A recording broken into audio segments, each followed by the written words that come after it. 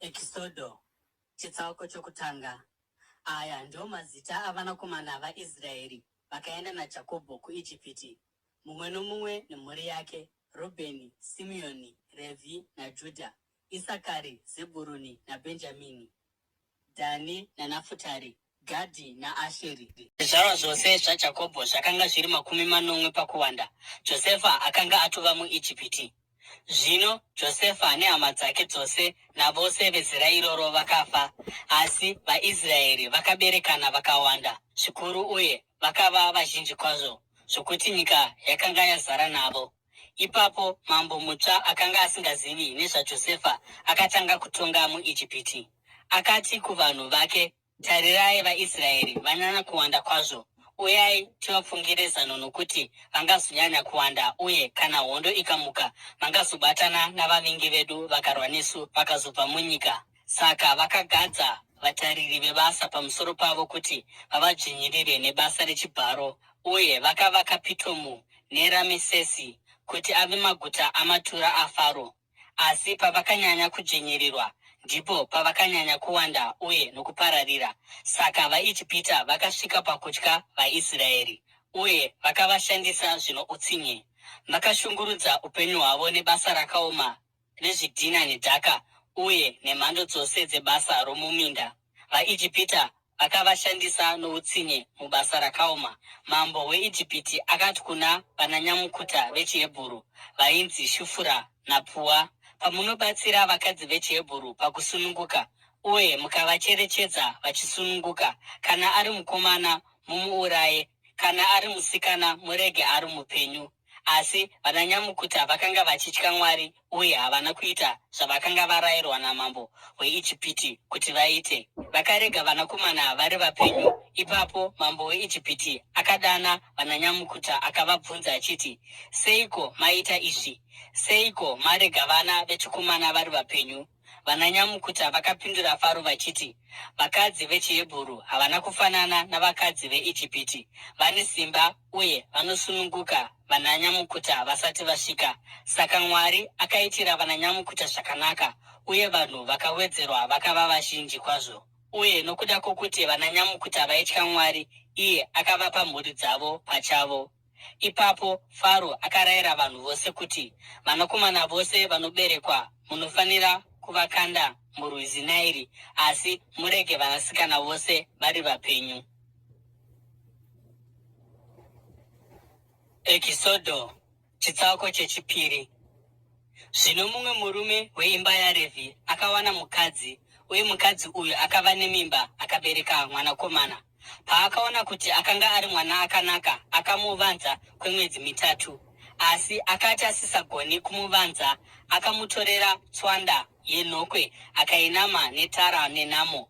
Ipapo akaisa mwana imomo ndokuiisa pakati petsanga dzaiva mumahombekombe aNairi.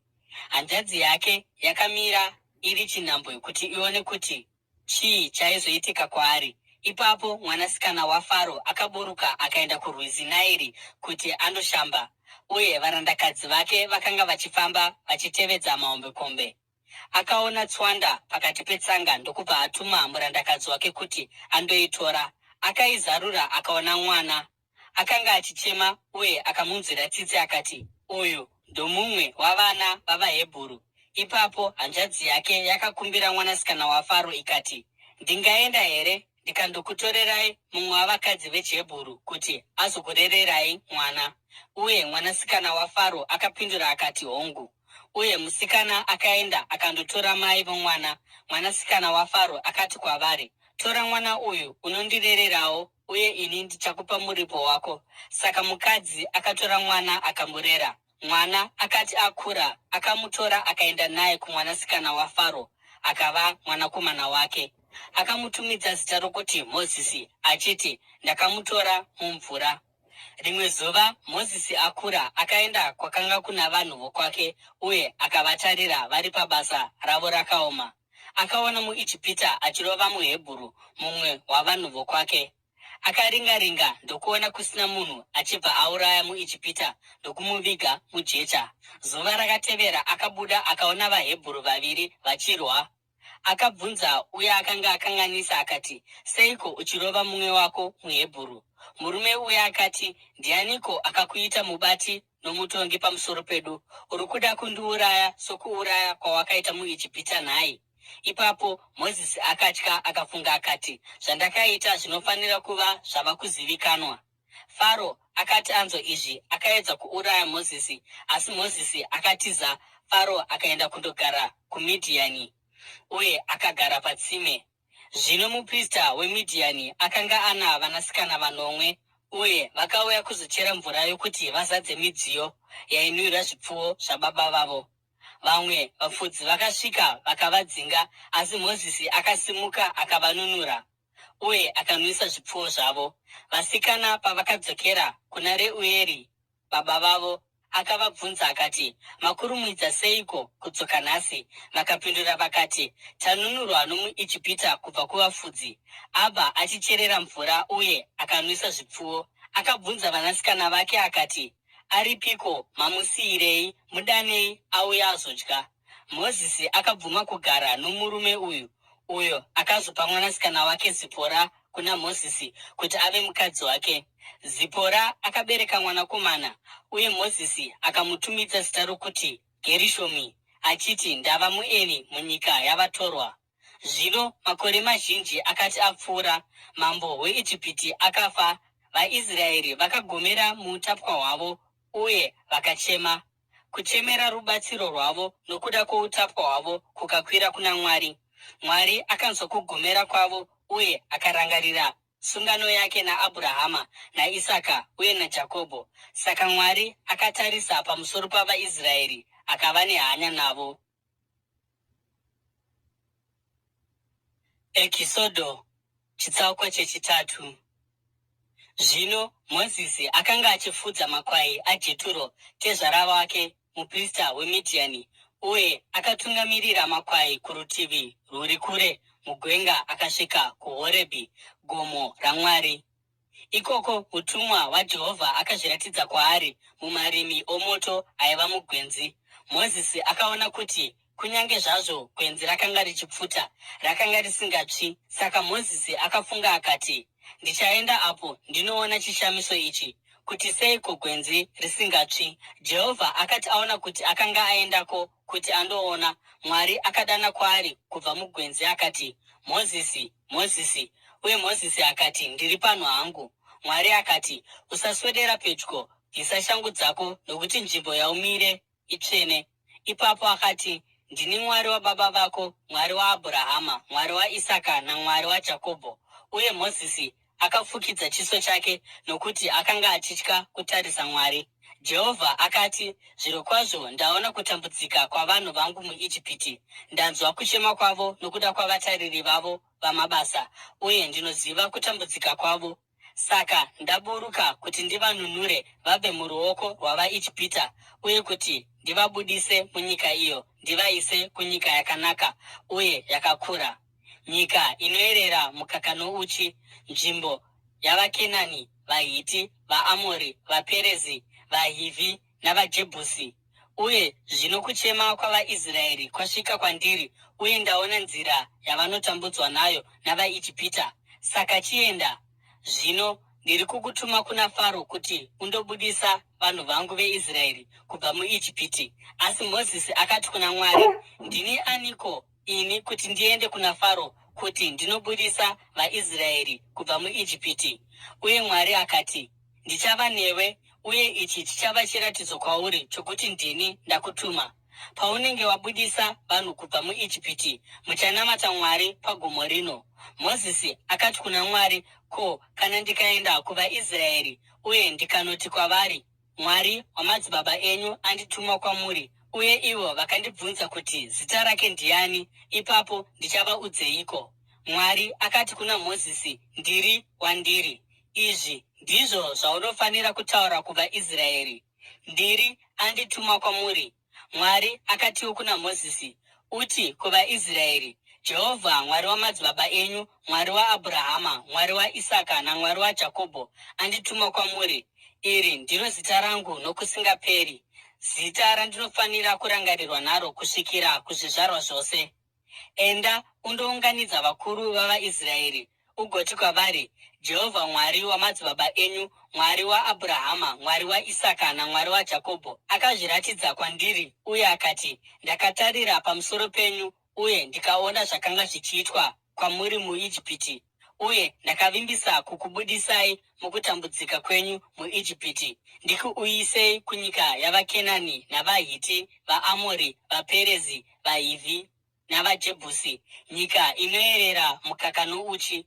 Vakuru vavaIsraeri vachakuteerera. Ipapo iwe navakuru vavaIsraeri munofanira kuenda kuna mambo weIjipiti munoti kwaari, Jehovha Mwari wavaHebheru akasangana nesu. Regai tifambe rwendo rwamazuva 3 tiende kurenje kuti tindobayira kuna Jehovha Mwari wedu.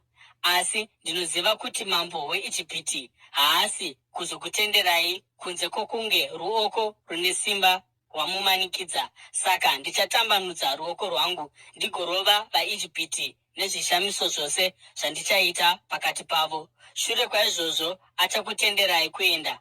Uye ndichaita kuti vaIjipita vaitire vanhu ava nyasha, zvokuti pamunoenda hamuendi musina chinhu. Mukadzi mumwe nomumwe anofanira kukumbira muvakidzani wake nomukadzi upi zvake waagere naye mumba make zvishongo zvesirivha nezvegoridhe, uye nguo dzamuchapfekedza vanakomana venyu nevanasikana venyu, uye saizvozvo muchapamba vaIjipita. Ekisodho chitsauko 4. Mozisi akapindura akati, ko kana vakasanditenda kana kunditeerera, uye vakati, Jehovha haana kuzviratidza kwauri. Ipapo Jehovha akati kwaari, chiiko icho chiri muruoko rwako? Akapindura akati, itsvimbo. Jehovha akati, ikande pasi. Mozisi akaikanda pasi ikava nyoka, uye akaitiza.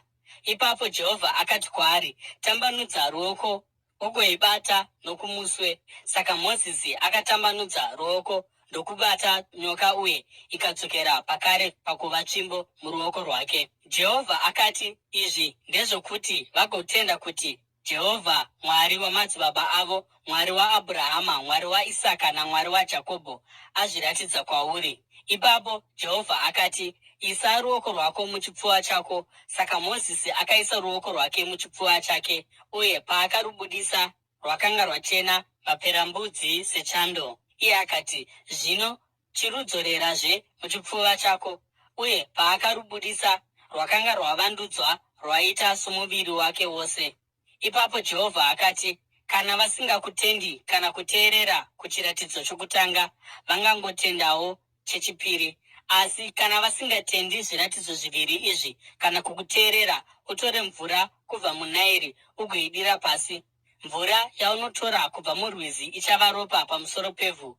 Mozisi akati kuna Jehovha, haiwa Jehovha, handina kumbogona kutaura, kunyange nakare, kana kubva pamataura nomuranda wenyu. Ndinokakama pakutaura, uye rurimi rwangu runononoka. Jehovha akati kwaari, ndianiko akapa munhu muromo? Ndianiko anomuita matsi kana mbeveve? Ndiani anomusvinudza kana kumuita bofu? Handisini here, Jehovha? Zvino chienda, ini ndichakubatsira kutaura uye ndichakudzidzisa zvokutaura. Asi Mozisi akati, haiwa Jehovha, ndapota hangu, tumai henyu mumwe kuti aite izvozvo. Ipapo kutsamwa kwaJehovha kwakapisa pamusoro paMozisi, uye akati, ko, mukoma wako Aroni muRevhi, ndinoziva kuti anogona kutaura zvakanaka, ari munzira kuzokuchingamidza izvozvi, uye mwoyo wake uchafara paachakuona. Uchataura naye ugoisa mashoko mumuromo make. Ndichakubatsirai mose uye ndichakudzidzisai zvokuita. Uye achataura kuvanhu panzvimbo yako, uye zvichaita sokunge iye ndiye muromo wako, uye sokunge iwe ndiwe Mwari kwaari.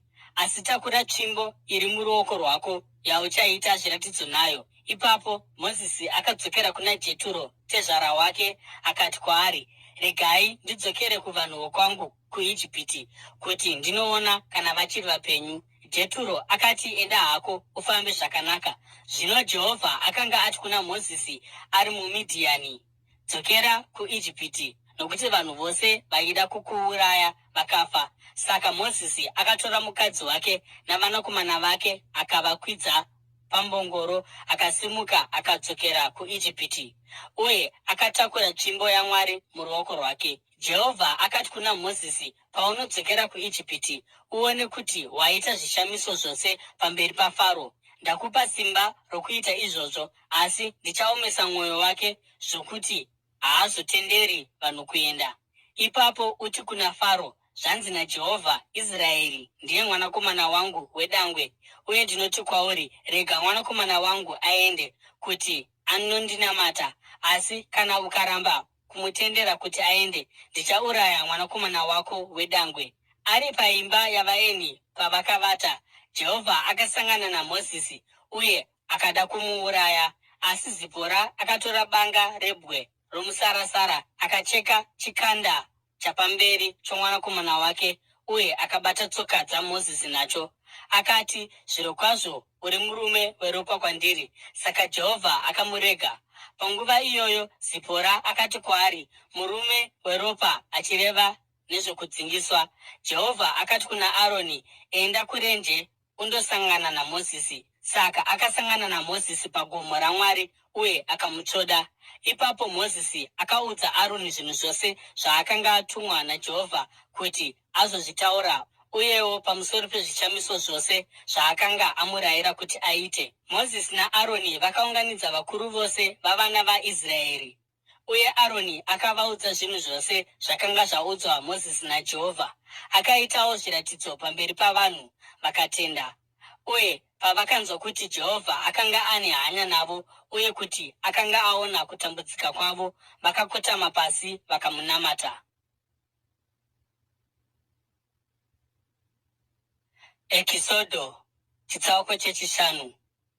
Shure kwaizvozvo Mozisi naAroni vakaenda kuna Faro vakati, zvanzi naJehovha Mwari waIsraeri, rega vanhu vangu vaende kuti vanondiitira mutambo kurenje. Faro akati, Jehovha ndianiko kuti ndigomuteerera uye ndigorega vaIsraeri vachienda? Handimuzivi Jehovha iyeye, uye handidi kurega vaIsraeri vachienda. Ipapo vakati, Mwari wavaHebheru akasangana nesu. Zvino tiregei tifambe rwendo rwamazuva 3 kurenje kuti tinobayira zvipiriso kuna Jehovha Mwari wedu, kuti arege kutirova namatambudziko kana nomunondo. Asi mambo weIjipiti akati, Mozisi naAroni, munobvisireiko vanhu pabasa ravo? Dzokerai kubasa renyu. Ipapo Faro akati, tarirai, vanhu vawanda zvino munyika, uye muri kuvakonesa kushanda. Musi mumwe chetewo Faro akarayira vatariri vebasa navakuru vavanhu achiti, imi hamuchazovigiri vanhu uswa hwokuita zvidhina. Varegei vandozviunganidzira uswa pachavo, asi vanofanira kuita zvidhina zvakaenzana pakuwanda nezvavaisimboita kare. Musazvitapudza isimbe. Ndokusaka vachichema vachiti, tiregei tiende kundobayira kuna Mwari wedu. Itai kuti basa rinyanye kuomera vanhu, kuitira kuti varambe vachishanda uye varege kuteerera kunhema. Ipapo vatariri vebasa navakuru vakabuda vakandoti kuvanhu, zvanzi naFaro, handichazokupaizve uswa. Endai mundozvitsvakira uswa kana kupi zvako kwamungahuwana, asi basa renyu haritapudzwi kana napaduku. Saka vanhu vakapararira muIjipiti yose kundounganidza mashanga kuti vashandise pachinzvimbo chouswa. Vatariri vebasa vakaramba vachivamanikidza vachiti, pedzai basa ramakatarirwa pazuva rimwe nerimwe, sezvamaiita pamaiwana uswa. Vakuru vavaIsraeri vakanga vagadzwa navatariri vebasa vaFaro vakarohwa uye vakabvunzwa kuti, seiko musina kupedza basa renyu rezvidhina zvanezuro nezvanhasi, sezvamaichiita kare pamaipiwa uswa? Ipapo vakuru vavaIsraeri vakaenda nechichemo kuna Faro vakati, seiko muchibata varanda venyu nenzira yakadai? Varanda venyu havapiwi uswa, asi tinonzi itai zvidhina. Varanda venyu vari kurohwa, asi mhosva ndeyavanhu venyu. Faro akati, simbe ndizvo zvamuri imi, muri simbe. Ndokusaka muchingoramba muchiti, tiregei tindobayira kuna Jehovha. Zvino chiendai kubasa, hamuzombopiwi kana uswa, asi munofanira kuita basa renyu rezvidhina zvakakwana. Vakuru vavaIsraeri vakaona kuti vapinda mudambudziko pavakaudzwa kuti hamufaniri kutapudza uwandu hwezvidhina zvamakatarirwa pazuva rimwe. Pavakabva pana Faro vakawana Mozisi naAroni vakavamirira uye vakati, Jehovha ngaakutarirei uye akutongei. Matiita chinhu chinonhuhwa kuna Faro namachinda ake uye maisa munondo muruoko rwavo kuti vatiuraye. Mozisi akadzokera kuna Jehovha akati, haiwa Jehovha, mauyisireiko dambudziko pamusoro pavanhu ava? Ndizvo zvamakanditumira here? Kubva pandakaenda kuna Faro kuti ndinotaura muzita renyu, iye akauyisa dambudziko pamusoro pavanhu ava, uye imi hamuna kutongonunura vanhu venyu napaduku. Ekisodho chitsauko 9. Ipapo Jehovha akati kuna Mozisi, zvino uchaona zvandichaita kuna Faro. Nokuda kworuoko rwangu rune simba achavaregera kuti vaende, nokuda kworuoko rwangu rune simba achavadzinga munyika make. Mwari akatiwo kuna Mozisi, ndini Jehovha, ndakazviratidza kuna Abhurahama, kuna Isaka nokuna Jakobho saMwari wamasimba ose, asi nezita rangu Jehovha handina kuzvizivisa kwavari. Ndakasimbisawo sungano yangu navo kuti ndivape nyika yeKenani, nyika yavakagara savatorwa. Pamusoro paizvozvo ndanzwa kugomera kwavaIsraeri vakabatwa muutapwa navaIjipita, uye ndarangarira sungano yangu. Naizvozvo uti kuvaIsraeri, ndini Jehovha, uye ndichakubudisai kubva pasi pejoko ravaIjipita. Ndichakusunungurai kuti musava nhapwa kwavari, uye ndichakudzikinurai noruoko rwakatambanudzwa uye nokutonga kwamabasa makuru. Ndichakutorai savanhu vangu, uye ndichava Mwari wenyu. Ipapo muchaziva kuti ndini Jehovha Mwari wenyu, akakubvisai pasi pejoko ravaIjipita, uye ndichakuuyisai kunyika yandakapika. Ndakasimudza ruoko kuna Abhurahama,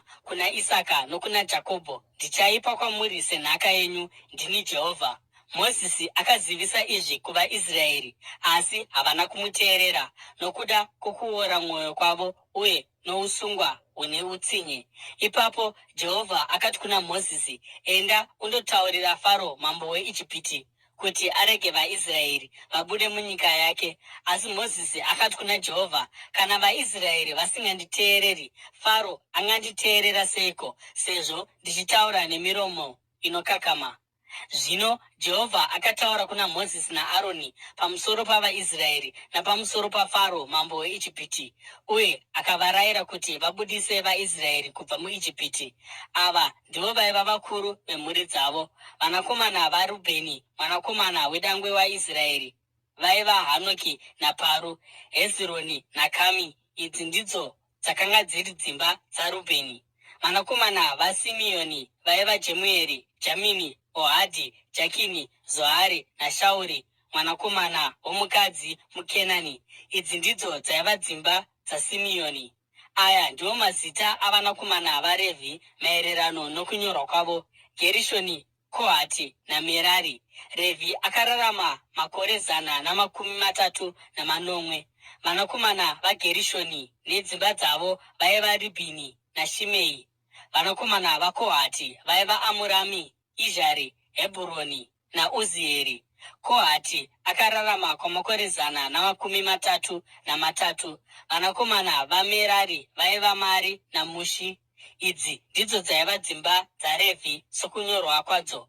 Amurami akawana hanzvadzi yababa vake Jokebhedhi, uyo akamuberekera Aroni naMozisi. Amurami akararama kwamakore 130.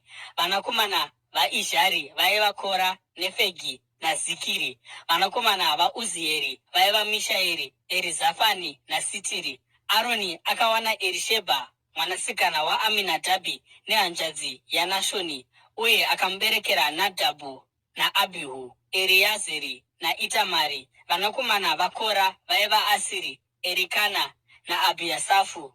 Idzi ndidzo dzaiva dzimba dzavaKora. Eriazari mwanakomana waAroni akawana mumwe wavanasikana vaPutieri, uye akamuberekera Finehazi. Ava ndivo vakanga vari vakuru vemhuri dzavaRevhi, mhuri nemhuri. ndivo vaya vana Aroni naMozisi vakanzi naJehovha, budisai vaIsraeri muIjipiti namapoka avo. Ndivo vakataura kuna Faro mambo weIjipiti pamusoro pokubudisa vaIsraeri kubva muIjipiti. Ndivo vamwe chetevo Mozisi naAroni. Zvino Jehovha paakataura naMozisi muIjipiti, akati kwaari, ndini Jehovha, taurira Faro mambo weIjipiti zvose zvandinokuudza. Asi Mozisi akati kuna Jehovha, sezvo ndichitaura nemiromo inokakama, Faro angateerera kwandiri seiko? Ekisodho chitsauko 9. Ipapo Jehovha akati kuna Mozisi, tarira, ndakuita saMwari kuna Faro, uye mukoma wako Aroni achava muprofita wako.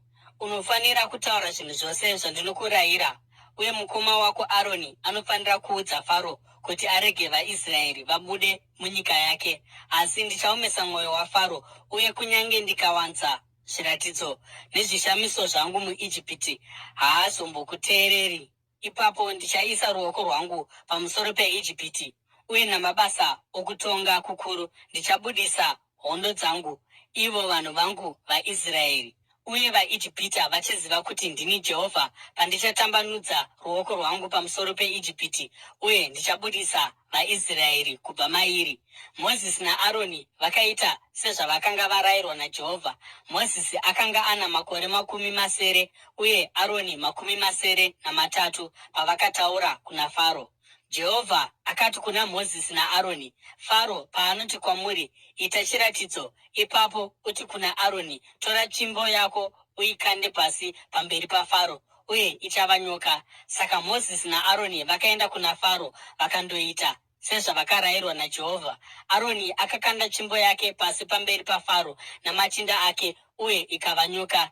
Ipapo Faro akadana varume vakachenjera navaroyi, uye n'anga dzeIjipiti dzakaitawo zvimwe chetezvo nouroyi hwadzo. Mumwe nomumwe akakanda tsvimbo yake pasi, uye ikava nyoka. Asi tsvimbo yaAroni yakamedza tsvimbo dzavo, asi mwoyo waFaro wakava wakaoma, uye haana kuvateerera sezvakanga zvarehwa naJehovha. Ipapo Jehovha akati kuna Mozisi, mwoyo waFaro mukukutu, haubvumi kuti vanhu vaende. Enda kuna Faro mangwanani paanenge achienda kumvura, umire pamahombekombe aNairi kuti ugosangana naye, uye ubate muruoko rwako tsvimbo iya yakashandurwa ikava nyoka. Ipapo uti kwaari, Jehovha Mwari wavaHebheru andituma kuti ndizoti kwauri, rega vanhu vangu vaende, kuitira kuti vanondinamata murenje, asi kusvikira zvino hauna kunditeerera. Zvanzi naJehovha, uchaziva kuti ndini Jehovha nechinhu ichi: ndicharova mvura yeNairi netsvimbo iri muruoko rwangu, uye ichashanduka ikava ropa. Hove dziri muNairi dzichafa, uye rwizi ruchanhuhwa. VaIjipita havazokwanisi kunwa mvura yarwo. Jehovha akati kuna Mozisi, taurira Aroni kuti, tora tsvimbo yako uye utambanudze ruoko rwako pamusoro pemvura yeIjipiti, pamusoro pehova, pamusoro pemigero, pamusoro pamadziva, uye napamusoro pamagawa. Uye zvichashanduka zvikava ropa. Ropa richava pose pose muIjipiti, kunyange mukati memidziyo yemiti neyamabwe. Mozisi naAroni vakaita sezvavakarayirwa naJehovha. Akasimudza tsvimbo yake pamberi paFaro namachinda ake, akarova mvura yeNairi. Mvura yose ikashanduka ikava ropa. Hove dzaiva muna Nairi dzakafa, uye rwizi rwakanhuhwa zvakaipa kwazvo, zvokuti vaIjipita havana kugona kunwa mvura yarwo. Ropa rakanga riri pose pose muIjipiti. Asi n'anga dzavaIjipita dzakaita zvimwe chetezvo nouroyi hwadzo. Mwoyo waFaro ukava mukukutu. Haana kuda kuteerera Mozisi naAroni sezvakanga zvarehwa naJehovha, asi akadzokera mumuzinda wake, uye haana kunyange kuzviisa mumwoyo make. Uye vaIjipita vose vakachera mujinga maNairi kuti vawane mvura yokunwa, nokuti vakanga vasingagoni kunwa mvura yomurwizi. Mazuva 8 akapfuura mushure mokunge Jehovha arova Nairi.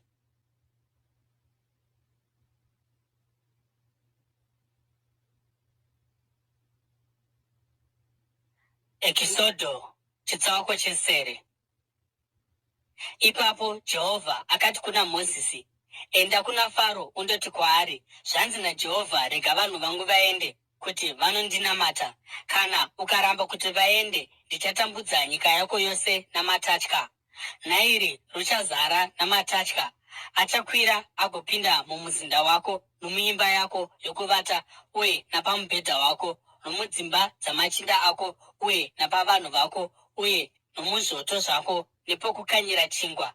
Matatya achakwira pamusoro pako, napamusoro pavanhu vako, napamusoro pamachinda ako ose. Ipapo Jehovha akati kuna Mozisi, taurira Aroni uti, tambanudza ruoko rwako pamwe chete netsvimbo yako pamusoro pehova, napamusoro pemigero, napamadziva, uye uite kuti matatya auye pamusoro penyika yeIjipiti. Saka Aroni akatambanudzira ruoko rwake pamusoro pemvura yeIjipiti. Matatya akauya akafukidza nyika. Asi n'anga dzakaitawo zvimwe chetezvo nouroyi hwadzo, vakaitawo matatya kuti auye pamusoro penyika yeIjipiti. Faro akadana Mozisi naAroni akati, nyengeterai kuna Jehovha kuti abvise matatya aya kwandiri uye nokuvanhu vangu, uye ini ndichatendera vanhu venyu kuti vaende kundobayira zvipiriso kuna Jehovha. Mozisi akati kuna Faro, ndinopa ruremekedzo kwamuri kuti mureve nguva yokuti ndikunyengetererei imi navaranda venyu uye navanhu venyu, kuti imi nedzimba dzenyu mubvisirwe matatya, kuti asare munairi chete. Faro akati, mangwana. Mozisi akapindura akati, zvichaitika sezvamareva, kuitira kuti mugoziva kuti hakuna mumwe akaita saJehovha Mwari wedu. Matatya achabva kwamuri nomudzimba dzenyu, kumachinda enyu nokuvanhu venyu, achasara muna Nairi chete. Ipapo Mozisi naAroni vakabva pana Faro. Mozisi akadana kuna Jehovha pamusoro pamatatya aakanga auyisa kuna Faro, uye Jehovha akaita zvakanga zvakumbirwa naMozisi. Matatya akafa mudzimba, nomuruvazhe uye nomuminda. Akaunganidzwa akaita mirwi, uye nyika yakanhuhwa nokuda kwawo. Asi Faro akati aona kuti rusununguko rwakanga rwavapo, akaomesa mwoyo wake uye akasada kuteerera Mozisi naAroni sezvakanga zvarehwa naJehovha. Ipapo Jehovha akati kuna Mozisi, taurira Aroni kuti, tambanudza tsvimbo yako ugorova guruva revhu, uye munyika yose yeIjipiti guruva richava umhutu. Vakaita izvozvo, uye Aroni akati atambanudza ruoko rwaiva netsvimbo, akarova guruva, umhutu hwakauya pamusoro pavanhu nezvipfuwo. Guruva rose munyika yose yeIjipiti rakava umhutu. Asi n'anga dzakakundikana padzakaedza nouroyi hwadzo kubudisa umhutu. N'anga dzakati kuna Faro, uyu munwe waMwari. Asi mwoyo waFaro wakava mukukutu, uye haana kuda kuteerera sezvakanga zvarehwa naJehovha. Ipapo Jehovha akati kuna Mozisi, muka mangwanani-ngwanani undosangana naFaro paanenge achienda kumvura, ugoti kwaari, zvanzi naJehovha, rega vanhu vangu vaende, kuti vanondinamata. Kana usingatenderi vanhu vangu kuti vaende, ndichatumira bute renhunzi pamusoro pako, napamusoro pamachinda ako, napamusoro pavanhu vako, uye nomudzimba dzenyu. Dzimba dzavaIjipita dzichazara nenhunzi, uye kunyange pavhu pavamire. Asi pazuva iroro ndichatsaura nyika yeGosheni, uko kunogara vanhu vangu. Hakuna bute renhunzi richawanikwa ikoko, kuitira kuti ugoziva kuti ini Jehovha ndiri munyika muno. Ndichaita mutsauko pakati pavanhu vangu navanhu vako. Chiratidzo ichi chichaitika mangwana. Uye Jehovha akaita izvozvo. Mabute enhunzi akapinda mumuzinda waFaro uye nomudzimba dzamachinda ake, uye muIjipiti yose nyika yakaparadzwa namabute enhunzi. Ipapo Faro akadana Mozisi naAroni akati, endai mundobayira kuna Mwari wenyu munyika muno. Asi Mozisi akati, hazvina kunaka kuita saizvozvo. Zvipiriso zvatinoda kubayira kuna Jehovha Mwari wedu zvingazonyangadza vaIjipita, uye kana tikapa zvibayiro zvinonyangadza pamberi pavo, havangazotitaki namabwe here? Tinofanira kufamba rwendo rwamazuva 3 kuti tinobayira kuna Jehovha Mwari wedu murenje sezvaakatirayira.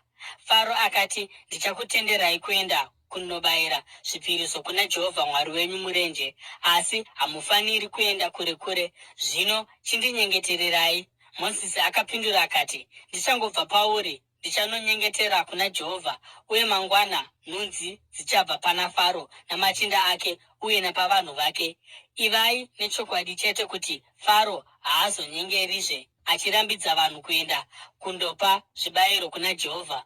Ipapo akabva pana Faro akandonyengetera kuna Jehovha, uye Jehovha akaita zvaakakumbirwa naMozisi. Nhunzi dzakabva pana Faro nokumachinda ake uye nokuvanhu vake. Hakuna nhunzi yakasara. Asi panguva inozve Faro akaomesa mwoyo wake uye akaramba kutendera vanhu kuti vaende.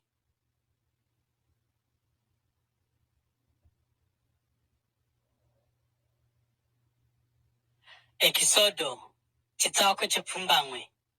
Ipapo Jehovha akati kuna Mozisi, enda kuna Faro undoti kwaari, zvanzi naJehovha Mwari wavaHebheru, rega vanhu vangu vaende, kuti vanondinamata. Kana uchiramba kuti vaende uye ukaramba uchivadzivisa, ruoko rwaJehovha ruchauyisa hosha yakaipa pakati pezvipfuwo zvako zviri muminda napamusoro pamabhiza ako nembongoro dzako nengamera napamusoro pemombe dzako uye napamusoro pamakwai nembudzi. Asi Jehovha achaisa mutsauko pakati pezvipfuwo zveIsraeri nezveIjipiti, kuitira kuti parege kuva nezvipfuwo zvavaIsraeri zvichafa. Jehovha akatsaura nguva uye akati, mangwana Jehovha achaita izvi munyika. Uye chifumi chamangwana Jehovha akazviita. Zvipfuwo zvose zvavaIjipita zvakafa, asi hapana kana chipfuwo chimwe chete chavaIsraeri chakafa. Faro akatuma vanhu kundoferefeta uye akawana kuti pakanga pasina kunyange chipfuwo chimwe chete chavaIsraeri chakanga chafa, asi mwoyo wake wakanga uri mukukutu, saka haana kutendera vanhu kuenda. Ipapo Jehovha akati kuna Mozisi naAroni, torai tsama dzamadota kubva pachoto mugoita kuti Mozisi aakushe mumhepo pamberi paFaro. Richava guruva rakatsetseka pamusoro penyika yose yeIjipiti, uye mamota anoputika achamera pavanhu napazvipfuwo munyika yose. Saka vakatora madota pachoto vakandomira pamberi paFaro. Mozisi akakusha mumhepo mamota anoputika akamera pamusoro pavanhu napamusoro pezvipfuwo. N'anga hadzina kugona kumira pamberi paMozisi nokuda kwamamota akanga ari pavari uye napavaIjipita vose. Asi Jehovha akaomesa mwoyo waFaro uye haana kuda kuteerera kuna Mozisi naAroni zvakanga zvarehwa naJehovha kuna Mozisi. Ipapo Jehovha akati kuna Mozisi, muka mangwanani-ngwanani undosangana naFaro ugoti kwaari, zvanzi naJehovha Mwari wavaHebheru, rega vanhu vangu vaende kuti vanondinamata. Kana zvikasadaro nenguva ino, ndichatuma matambudziko angu ose pamusoro pako napamusoro pavaranda vako uye napamusoro pavanhu vako, kuti ugoziva kuti hakuna mumwe akafanana neni munyika yose. Nokuti iye zvino ndingadai ndakatambanudza ruoko rwangu ndikakurova iwe navanhu vako nehosha yaigona kukuparadzai panyika, asi ndakakumutsa nokuda kwechinangwa ichi, kuti ndikuratidze simba rangu uye kuti zita rangu riparidzwe munyika yose. Iwe wakazvigadzirira kurwa navanhu vangu uye haudi kuvatendera kuti vaende. Nenguva ino mangwana ndichatuma chimvuramabwe chakaipisisa kwazvo chisina kumbovapo pamusoro peIjipiti kubva pazuva rayakavambwa kusvikira zvino.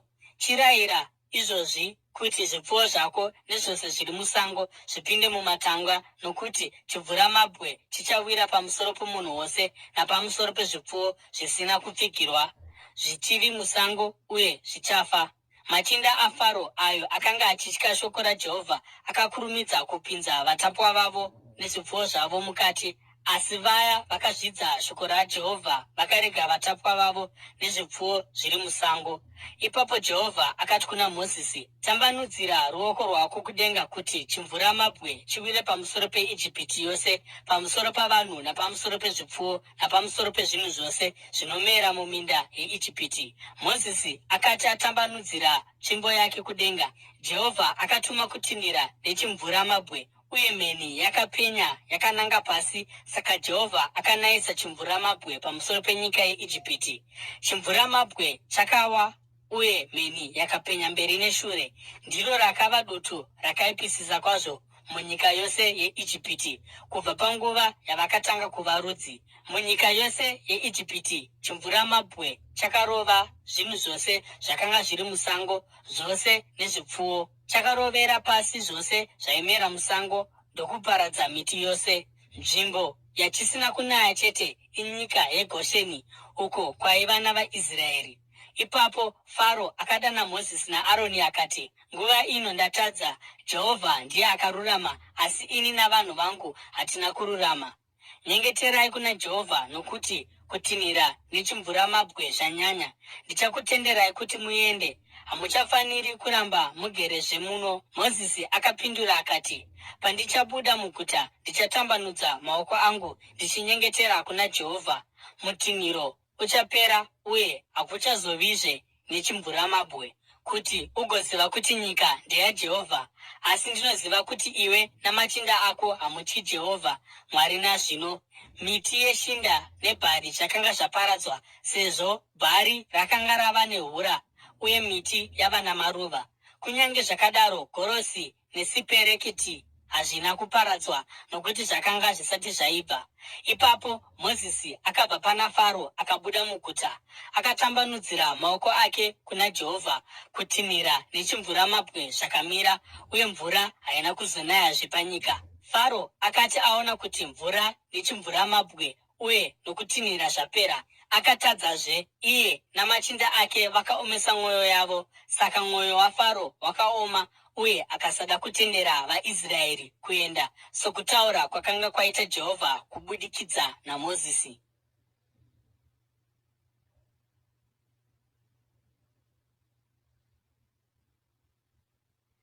Ekisodho chitsauko chegumi.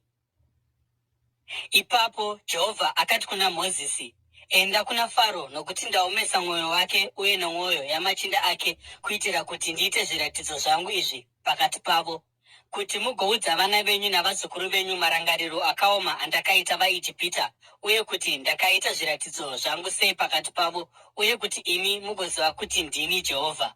Saka Mozisi naAroni vakaenda kuna Faro vakandoti kwaari, zvanzi naJehovha, Mwari wavaHebheru, uchasvika riniko uchiramba kuzvininipisa pamberi pangu? Rega vanhu vangu vaende kuti vanondinamata. Kana uchiramba kuvatendera kuenda, ini ndichauyisa mhashu munyika yako mangwana. Ndichafukidza nyika yose zvokuti pasi hapangaonekwi.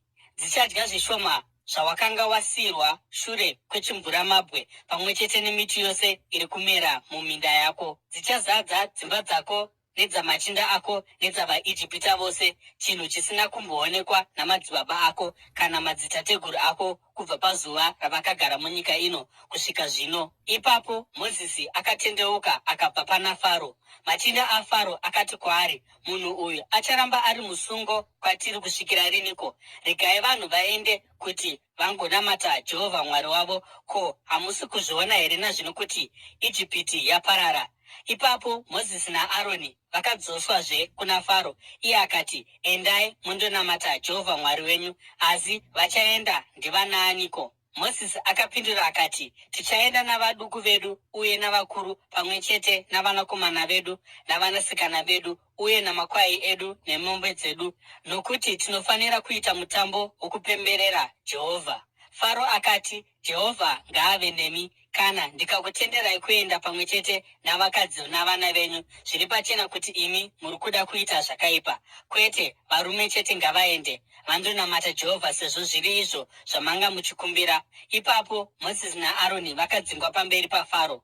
Uye Jehovha akati kuna Mozisi, tambanudza ruoko rwako pamusoro peIjipiti, kuitira kuti mhashu dzigoita bute pamusoro, dzigodya zvose zvinomera muminda, zvose zvakasiyiwa nechimvuramabwe. Saka Mozisi akatambanudza tsvimbo yake pamusoro peIjipiti, uye Jehovha akaita kuti mhepo yokumabvazuva ivhuvhute munyika zuva rose nousiku hwose. Mangwanani mhepo yakanga yauyisa mhashu dzakadzadza Ijipiti yose, uye dzikamhara munzvimbo dzose dzenyika dzakawanda zvikuru. Hakuna kutongova nedambudziko remhashu rakadai, uye harichazombovapozve. Dzakafukidza pasi pose kusvikira pasviba kuti svi. Dzakadya zvose zvakanga zvasara shure kwechimvuramabwe, zvinhu zvose zvaimera muminda, uye michero yaiva pamiti. Hakuna chakasvibirira chakasara mumiti kana zvirimwa zvomunyika yose yeIjipiti. Faro akakurumidza kudana Mozisi naAroni akati, ndatadzira Jehovha Mwari wenyu uye nemi. Zvino ndiregerereizve chivi changu, uye munyengetere kuna Jehovha Mwari wenyu kuti abvise kwandiri dambudziko rinouraya iri. Ipapo Mozisi akabva pana Faro akanyengetera kuna Jehovha, uye Jehovha akashandura mhepo ikava mhepo ine simba yokumavirira, ikasimudza mhashu ikadzikanda mugungwa dzvuku.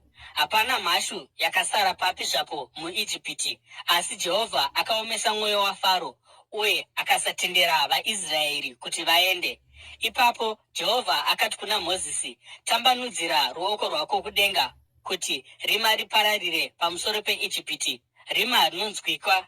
Saka Mozisi akatambanudzira ruoko rwake kudenga, rima guru rikafukidza Ijipiti yose kwamazuva 3. Hapana aigona kuona mumwe munhu papi zvapo kana kubva panzvimbo yake kwamazuva 3, asi vaIsraeri vainge vane chiedza munzvimbo dzavaigara. Ipapo Faro akadana Mozisi akati, endai mundonamata Jehovha, kunyange vakadzi venyu navana ngavaende havo nemi, musiye chete makwai enyu nemombe. Asi Mozisi akati, munofanira kutitendera kuti tive nezvibayiro uye zvipiriso zvinopiswa kuti tipe kuna Jehovha Mwari wedu. Zvipfuwo zvedu zvinofanira kuendawo nesu, hapana hwanda rinofanira kusara. Tinofanira kuzvishandisa zvimwe zvacho mukunamata Jehovha Mwari wedu, uye kusvikira tasvikako hatingazivi zvatingashandisa kuti tinamate Jehovha. Asi Jehovha akaomesa mwoyo waFaro, saka haana kuda kuvatendera kuti vaende. Faro akati kuna Mozisi, ibvai pano, chenjerai kuti murege kuzoonekwazve pamberi pangu. Musi wamuchaona chiso changu muchafa. Mozisi akapindura akati, sezvamareva, handichazoonekwizve pamberi penyu.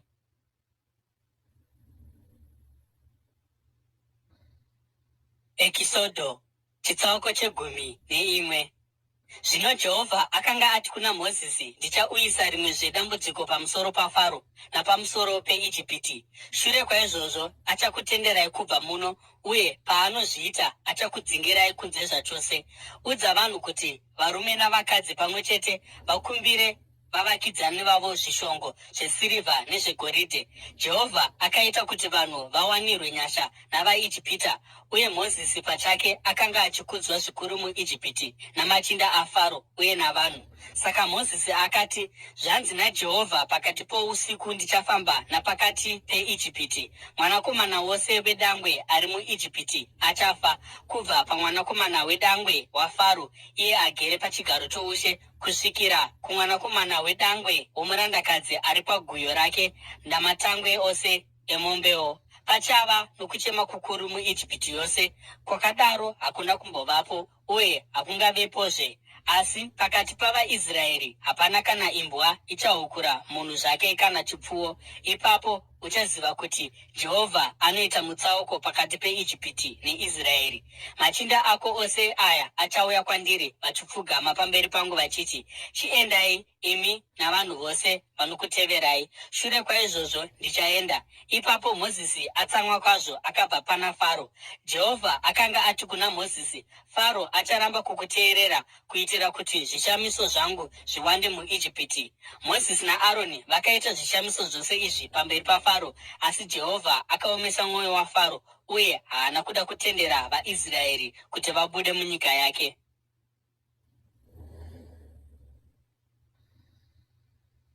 Ekisodo, chitsauko 12. Jehovha akati kuna Mozisi naAroni vari muIjipiti, mwedzi uno unofanira kuva mwedzi wokutanga kwamuri, mwedzi wokutanga wegore renyu. Udzai ungano yose yeIsraeri kuti pazuva re10 romwedzi uno, murume mumwe nomumwe anofanira kutorera mhuri yake gwayana rimwe chete paimba imwe neimwe. Kana imba ipi zvayo iri duku kwazvo pagwayana rose, vanofanira kugovana rimwe chete nomuvakidzani ari pedyo zvichienderana nouwandu hwavanhu varipo. Munofanira kuona mugove unodikanwa maererano nezvingadyiwa nomunhu mumwe nomumwe. Zvipfuwo zvamunosarudza zvinofanira kuva mikono yegore rimwe chete isina chainopomerwa, uye munogona kuzvitora kubva kumakwai kana kumbudzi. Muzvichengete kusvikira pazuva re14 romwedzi. Ipapo ungano yose yeIsraeri inofanira kuzviuraya panguva yamadekwana. Ipapo vanofanira kutora rimwe ropa vagoriisa pamagwatidziro 2 egoni napazvivivo zvedzimba dzavanodyira makwayana vari. Usiku ihwohwo vanofanira kudya nyama yakagochwa pamoto pamwe chete nemiriwo inovava nechingwa chisina mbiriso. Musadya nyama iri mbishi kana yakabikwa mumvura, asi mugoche pamoto, musoro, makumbo uye nezvomukati. Musasiya kana chimwe charo kusvikira mangwanani. Kana zvimwe zvikasara kusvikira mangwanani, munofanira kuzvipisa. Aya ndiwo madyiro amunoriita: majasi akasungwa nebhanire, makapfeka shangu mutsoka dzenyu, uye tsvimbo dzenyu dziri mumaoko enyu. Muridye nokukurumidza, ndiyo Pasika yaJehovha. Nousiku ihwohwo ndichapfuura napakati peIjipiti ndigorova matangwe ose, zvose vanhu nezvipfuwo, uye ndichatonga vamwari vose veIjipiti. Ndini Jehovha. Ropa richava chiratidzo kwamuri mudzimba dzamunogara, uye ndikaona ropa ndichapfuura pamuri. Hapana hosha inoparadza ichakubatai pandicharova Ijipiti. Iri ndiro zuva ramunofanira kurangarira kuzvizvarwa zvinotevera. Mucharipemberera somutambo kuna Jehovha, mutemo wokusingaperi. Kwamazuva 9 munofanira kudya chingwa chisina mbiriso. Pazuva rokutanga mubvise mbiriso mudzimba dzenyu, nokuti ani naani anodya chinhu chipi zvacho chine mbiriso mukati macho kubva pazuva rokutanga kusvikira pazuva rechinomwe anofanira kubviswa pakati pavaIsraeri. Pazuva rokutanga muite ungano tsvene, uye mugoitazve imwe ungano pazuva rechinomwe. Musatomboshanda pamazuva iwayo kunze bedzi kwokugadzira zvokudya zvokuti munhu wose adye. Ndizvo chete zvamungaita. Mupemberere mutambo wezvingwa zvisina mbiriso, nokuti pazuva iroro ndipo pandakabudisa mapoka enyu kubva muIjipiti. Mupemberere zuva irori uve mutemo wokusingaperi kuzvizvarwa zvinotevera. Mumwedzi wokutanga munofanira kudya chingwa chakabikwa chisina mbiriso kubva pamadekwana ezuva re14 kusvikira madekwana ezuva ra21. Kwamazuva 9 mbiriso ngairege kuwanikwa mudzimba dzenyu, uye ani naani anodya chinhu chipi zvacho chine mbiriso anofanira kubviswa pakati peungano yaIsraeri, angava mutorwa kana akaberekerwa munyika imomo. Musadya chinhu chakabikwa nembiriso. Pose pamunogara munofanira kudya chingwa chisina mbiriso. Ipapo Mozisi akadana vakuru vose veIsraeri akati kwavari, endai izvozvi mundosarudza zvipfuwo zvemhuri dzenyu mugouraya gwayana rePasika.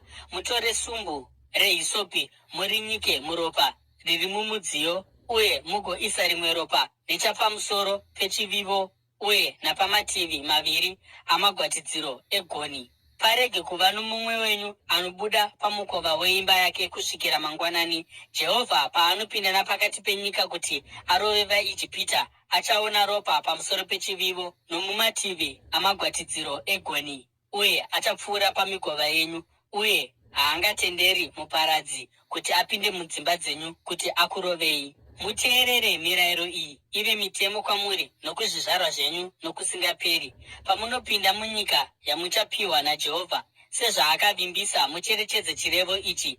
Uye pamuchabvunzwa navana venyu vachiti, zvinoreveiko izvi kwamuri, ipapo muvaudze kuti ndicho chibayiro chePasika yaJehovha, uyo akapfuura napadzimba dzavaIsraeri muIjipiti, akaponesa dzimba dzedu paakarova vaIjipita. Ipapo vanhu vakapfugama vakanamata. VaIsraeri vakaita sezvakanga zvarayirwa naJehovha kuna Mozisi naAroni. Pakati pousiku Jehovha akarova matangwe ose omuIjipiti, kubva padangwe raFaro, iye aizogara pachigaro choushe, kusvika kudangwe romusungwa akanga ari mutorongo, nedangwe rezvipfuwo zvosewo. Faro namachinda ake ose uye navaIjipita vose vakamuka usiku, uye kwakava nokuungudza kukuru muIjipiti, nokuti kwakanga kusina imba isina munhu akanga afa. Faro akadana Mozisi naAroni usiku akati, simukai mubve pakati pavanhu vangu, imi navaIsraeri, endai mundonamata Jehovha sezvamakakumbira. Mutore makwai enyu nemombe sezvamakareva mugoenda, uyewo mundiropafadze. VaIjipita vakakurudzira vanhu kuti vakurumidze kubva munyika, nokuti vakati, zvimwe tingafa tose. Saka vanhu vakatora mukanyiwa wavo usati waiswa mbiriso, vakatakura pamafudzi avo nomudziyo yokukanyira vakazviputira mumicheka. VaIsraeri vakaita sezvakarayirwa naMozisi, vakakumbira zvishongo zvesirivha negoridhe uye nezvokupfeka. Jehovha akapa vanhu nyasha pamberi pavaIjipita uye vakavapa zvavakakumbira, saka vakapamba vaIjipita. VaIsraeri vakafamba kubva paRamesesi kusvikira kuSokuti. Kwakanga kuna varume 600 ezviuru vaifamba netsoka, pasingaverengwi vakadzi navana. Vamwe vanhu vazhinji vakaendawo navo, pamwe chete namapoka makuru ezvipfuwo, zvose makwai nemombe. Vakabika makeke ezvingwa zvisina mbiriso nomukanyiwa wavakabva nawo kuIjipiti. Mukanyiwa uyu wakanga usina mbiriso nokuti vakanga vadzingwa kubva muIjipiti uye havana kuwana nguva yokuti vazvigadzirire zvokudya. Zvino nguva yakagara vanhu veIsraeri muIjipiti yakanga iri makore 430. Pakupera kwamakore 430 kusvikira pazuva racho iroro, ungano yose yavanhu vaJehovha yakabva muIjipiti. Usiku uho hunofanira kurangarirwa Jehovha nokuti akavabudisa muIjipiti nawo. Ndiwo usiku hwaJehovha hunofanira kurangarirwa kwazvo navana vaIsraeri vose namarudzi avo vose. Jehovha akati kuna Mozisi naAroni, iyi ndiyo mitemo yePasika. Mutorwa haafaniri kuidya. Nhapwa ipi zvayo yawakatenga ingadya hayo mushure mokunge wamudzingisa, asi mueni uye nomunhu anoshandira mari haafaniri kuidya. Inofanira kudyirwa muimba imwe chete. Musabuda neimwe nyama kunze kwemba. Musavhuna kana bvupa. Ungano yose yeIsraeri inofanira kuipemberera. Mutorwa wose agere pakati penyu anoda kupemberera Pasika yaJehovha anofanira kudzingisa varume vose vari mumba make. Ipapo achadya hake somunhu akaberekerwa munyika imomo. Murume asina kudzingiswa haafaniri kuidya. Murayiro mumwe chete iwoyo unobata kuna vose vakaberekerwa munyika imomo nokumutorwa agere pakati penyu. VaIsraeri vose vakaita sezvakanga zvarayirwa naJehovha kuna Mozisi naAroni, uye pazuva racho iroro Jehovha akabudisa vaIsraeri kubva muIjipiti namapoka avo.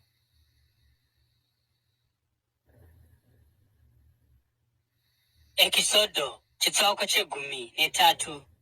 Jehovha akati kuna Mozisi, nditsaurire matangwe echirume ose. Chibereko chokutanga chezvizvaro pakati pavaIsraeri ndechangu, chingava chomunhu kana chechipfuwo. Ipapo Mozisi akati kuvanhu, rangarirai zuva iri, iro zuva ramakabuda muIjipiti, munyika youtapwa, nokuti Jehovha akakubudisai mairi noruoko rune simba. Musadya chinhu chine mbiriso. Nhasi mumwedzi waAbhibhi muri kubuda, pamunosvitswa naJehovha munyika yavaKenani, vaHiti, vaAmori, vaHivhi navaJebhusi, iyo nyika yaakapikira madzibaba edu kuti vazokupai, iyo nyika inoyerera mukaka nouchi. Munofanira kucherechedza chirevo ichi mumwedzi uno. Kwamazuva 9 munofanira kuitira Jehovha mutambo. Mudye chingwa chisina mbiriso pamazuva 9 iwayo. Chinhu chine mbiriso hachifaniri kuonekwa pakati penyu, uye mbiriso zvayo haifaniri kuonekwa panzvimbo ipi zvayo pakati pemiganhu yenyu. Pazuva iroro uudze mwanakomana wako kuti, ndinoita izvi nokuda kwezvandakaitirwa naJehovha pandakabuda muIjipiti. Mucherechedzo uyu uchava kwauri sechiratidzo paruoko rwako uye sechirangaridzo pahuma yako, chokuti murayiro waJehovha unofanira kuva pamiromo yako, nokuti Jehovha akakubudisa muIjipiti noruoko rwake rune simba. Unofanira kuchengeta mutemo uyu panguva dzakatarwa gore negore. Shure kwokunge Jehovha akusvitsa munyika yavaKenani uye aipa kwauri sezvaakavimbisa nemhiko kwauri nokumadzitateguru ako, unofanira kupa kuna Jehovha chibereko chokutanga chezvizvaro zvose. Zvikono zvezvipfuwo zvako zvose zvinotanga kuzarura chibereko ndezvaJehovha. Udzikinure negwayana mwana wose wokutanga wembongoro, asi kana usingaudzikinuri, uvhune mutsipa wawo. Udzikinure matangwe ose pakati pavanakomana vako.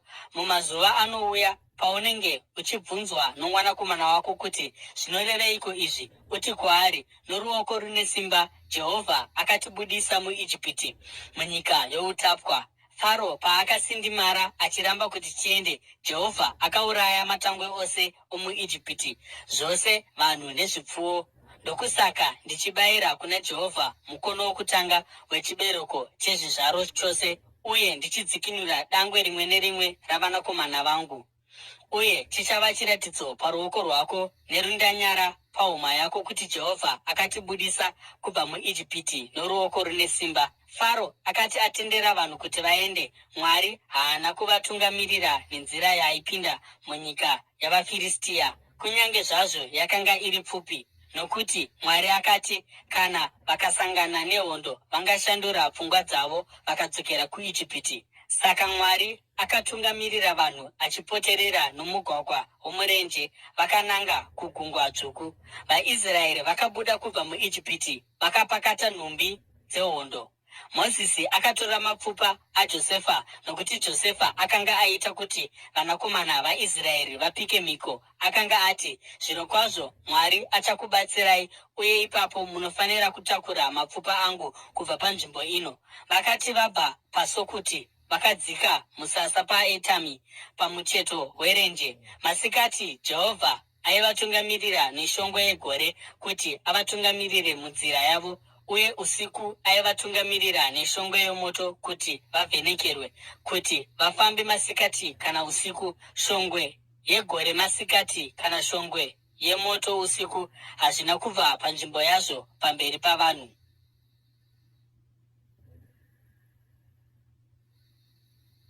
Ekisodo chitsauko che14. Ipapo Jehovha akati kuna Mozisi, taurira vaIsraeri kuti vadzoke vagondodzika musasa pedyo nePi Hahiroti, pakati neMigidhori negungwa. Vanofanira kudzika misasa pedyo nepagungwa pakatarisana neBhaari Zefoni. Faro achafunga kuti vaIsraeri vari kungodzungaira nenyika vakanganisika vadzimira murenje, uye ndichaomesa mwoyo waFaro agovatevera. Asi ini ndichazviwanira kukudzwa kubudikidza naFaro nehondo yake yose, uye vaIjipita vachaziva kuti ndini Jehovha. Saka vaIsraeri vakaita izvozvo. Mambo weIjipiti akati audzwa kuti vanhu vatiza, Faro namachinda ake vakapindura pfungwa dzavo pamusoro pavo vakati, ko, taitei? Tarega vaIsraeri vachienda, uye havachatishandiri. Saka akaita kuti ngoro dzake dzigadzirwe, uye akatora hondo yake akaenda nayo. Akatora ngoro dzakanakisisa dzaisvika 600, pamwe chete nedzimwe ngoro dzeIjipiti dzina vatariri vadzo dzose. Jehovha akaomesa mwoyo waFaro mambo weIjipiti kuti atevere vaIsraeri, avo vakanga vachifamba vakashinga kwazvo. VaIjipita namabhiza avo aFaro nengoro dzake, vatasvi vamabhiza namauto, vakatevera vaIsraeri vakavabata pavakanga vadzika musasa pagungwa pedyo nePi Hahiroti pakatarisana neBhaari Zefoni. Faro paakanga osvika, vaIsraeri vakasimudza meso avo, uye vakaona vaIjipita vachifamba vachivatevera.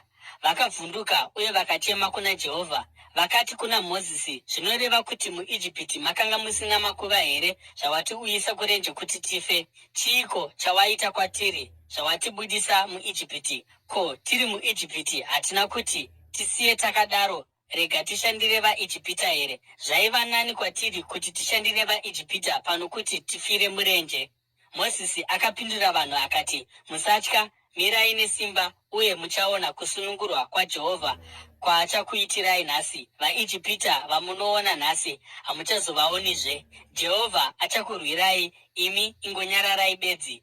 Ipapo Jehovha akati kuna Mozisi, seiko uchidanidzira kwandiri? Taurira vaIsraeri kuti vapfuurire mberi. Simudza tsvimbo yako ugotambanudzira ruoko rwako pamusoro pegungwa kuti mvura iparadzane, kuitira kuti vaIsraeri vapinde mugungwa napavhu rakaoma. Ndichaomesa mwoyo yavaIjipita zvokuti vachapinda vachivatevera, uye ndichawana kukudzwa kubudikidza naFaro nehondo yake yose, nengoro dzake, uye navatasvi vake vamabhiza. VaIjipita vachaziva kuti ndini Jehovha pandichawana kukudzwa kubudikidza naFaro ngoro dzake navatasvi vake vamabhiza. Ipapo mutumwa waMwari uyo akanga achifamba ari mberi kwehondo yavaIsraeri akadzokera shure kwavo. Shongwe yegore yakabvawo mberi kwavo ikandomira shure kwavo, iri pakati pehondo dzeIjipiti nedzeIsraeri. Usiku hwose gore rakauyisa rima kuno rumwe rutivi uye chiedza kuno rumwe rutivi, saka hakuna akaswedera kuno mumwe usiku hwose. Ipapo Mozisi akatambanudzira ruoko rwake pamusoro pegungwa, uye usiku hwose ihwohwo Jehovha akasunda gungwa nemhepo ine simba yokumabvazuva rikashanduka, pakava nenyika yakaoma, mvura yakakamurana, uye vaIsraeri vakapinda nomugungwa napavhu rakaoma, uye madziro emvura ari kuruoko rworudyi nokuruboshwe kwavo. VaIjipita vakatevera, uye mabhiza ose aFaro nengoro dzake navatasvi vamabhiza vakatevera mugungwa. Panguva yamangwanani Jehovha akatarira pasi nomushongwe yomoto uye nomugore raiva kurutivi rwehondo yavaIjipita, akainyonganisa. Akaita kuti mavhiri engoro dzavo abve zvokuti zvakanga zvaoma kudzifambisa, uye vaIjipita vakati, "Ngatitizei kubva kuvaIsraeri, Jehovha ari kuvarwira achirwa navaIjipita." Ipapo Jehovha akati kuna Mozisi, "Tambanudza ruoko rwako pamusoro pegungwa kuitira kuti mvura iyerere napamusoro pavaIjipita, napamusoro pengoro dzavo, napamusoro pavatasvi vavo vamabhiza." Mozisi akatambanudzira ruoko rwake pamusoro pegungwa, uye kwaedza, gungwa rakadzokera panzvimbo yaro. VaIjipita vakanga vachitizira kwariri, uye Jehovha akavakukurira mugungwa. Mvura yakadzokera pakare ikafukidza ngoro navatasvi vamabhiza. Hondo yose yaFaro yakanga yatevera vaIsraeri ikanyura mugungwa. Hapana kana mumwe wavo akararama, asi vaIsraeri vakapinda nomugungwa napavhu rakaoma, uye madziro emvura ari kuruoko rwavo rworudyi nokuruboshwe. Zuva iroro Jehovha akaponesa vaIsraeri kubva mumaoko avaIjipita, uye vaIsraeri vakaona vaIjipita vakanga vafa pamahombekombe. Uye vaIsraeri pavakaona simba guru raJehovha richiratidzwa pamusoro pavaIjipita, vanhu vakatya Jehovha uye vakatenda kwaari naMozisi muranda wake. Ekisodho chitsauko 15. Ipapo Mozisi navaIsraeri vakaimba rwiyo urwu kuna Jehovha: "Ndichaimbira Jehovha nokuti iye anokudzwa zvikurukuru. Bhiza nomutasvi waro akazvikanda mugungwa. Jehovha ndiye simba rangu norwiyo rwangu. Iye ava ruponeso rwangu. Ndiye Mwari wangu, uye ndichamurumbidza. Mwari wababa vangu, uye ndichamukudza. Jehovha imhare, Jehovha ndiro zita rake. Ngoro dzaFaro nehondo yake akazvikanda mugungwa. Machinda aFaro akanakisisa akanyudzwa mugungwa dzvuku. Mvura yakadzika yakavafukidza, vakanyura kwakadzika sedombo. Ruoko rwenyu rworudyi, imi Jehovha, rwakakudzwa nesimba. Ruoko rwenyu rworudyi, imi Jehovha, rwakaparadza muvengi. Muukuru hwoumambo hwenyu makakanda pasi vaya vaikupikisai. Makasunungura kutsamwa kwenyu kunopisa kukavapisa sehundi. Nokufema kwemhino dzenyu mvura zhinji yakaita murwi. Mvura yamasaisai yakamira yakasimba semadziro. Mvura yakadzika yakaungana mukati megungwa. Muvengi akazvikudza achiti, "Ndichavatevera, ndichavabata, ndichagova zvakapambwa, ndichazvimbirwa navo. Ndichavhomora munondo wangu, uye ruoko rwangu ruchavaparadza." Asi makafuridza nokufema kwenyu, uye gungwa rikavafukidza. Vakanyura somutobvu mukati memvura ine simba. Ndianiko pakati pavamwari akaita semi, imi Jehovha? Ndiani akaita semi paumambo noutsvene, mukubwinya kunotyisa, anoita zvishamiso? Makatambanudza ruoko rwenyu rworudyi, uye nyika ikavamedza. Murudo rwenyu rusingaperi muchatungamirira vanhu vamakadzikinura. Musimba renyu imi muchavatungamirira kuugaro hwenyu hutsvene. Ndudzi dzichazvinzwa uye dzichadedera. Kurwadziwa kuchabata vanhu vokuFiristia. Madzishe eEdhomu achavhundutswa. Vatungamiriri veMoabhu vachabatwa nokudedera. Vanhu veKenani vachanyunguduka. Kutya nokuvhunduka zvichavawira. Nesimba roruoko rwenyu vachanyarara kunge dombo, kusvikira vanhu venyu vapfuura. Imi Jehovha, kusvikira vanhu vamakatenga vapfuura. Muchaenda navomo, uye mugovasima pagomo renhaka yenyu, nzvimbo tsvene yakasimbiswa namaoko enyu, imi Jehovha. Jehovha achatonga nokusingaperi-peri mabhiza aFaro, ngoro navatasvi vamabhiza vakapinda mugungwa. Jehovha akauyisa mvura yomugungwa pamusoro pavo, asi vaIsraeri vakafamba napakati pegungwa pavhu rakaoma. Ipapo Miriamu muprofitakadzi, hanzvadzi yaAroni, akatora tambureni muruoko rwake, uye vakadzi vose vakamutevera vana matambureni uye vachitamba. Miriamu akavaimbira akati, imbirai Jehovha, nokuti anokudzwa zvikurukuru. Bhiza nomutasvi waro akazvikanda mugungwa. Ipapo Mozisi akatungamirira vaIsraeri kubva pagungwa dzvuku, uye vakapinda murenje reShuri. Vakafamba kwamazuva 3 murenje vachishayiwa mvura. Vakati vasvika paMara, havana kugona kunwa mvura yacho nokuti yaivava, ndokusaka nzvimbo yacho ichinzi Mara. Saka vanhu vakapopotera Mozisi vachiti, tonweiko? Ipapo Mozisi akachema kuna Jehovha. Jehovha akamuratidza chimuti, akachikanda mumvura, mvura ikanaka. Jehovha akavaitirapo mutemo nomurayiro, uye akavaedza ipapo. Akati, kana mukanyatsoteerera inzwi raJehovha Mwari wenyu uye mukaita zvakarurama pamberi pake, kana mukarerekera nzeve dzenyu kumirayiro yake, uye mukachengeta mitemo yose, haangauyisi pamusoro penyu zvirwere zvose zvandakauyisa pamusoro pavaIjipita, nokuti ndini Jehovha anokuporesai. Ipapo vakasvika paErimu, paiva namatsime 12 uye nemiti yemichindwe 80, uye vakadzika misasa ipapo pedyo nemvura.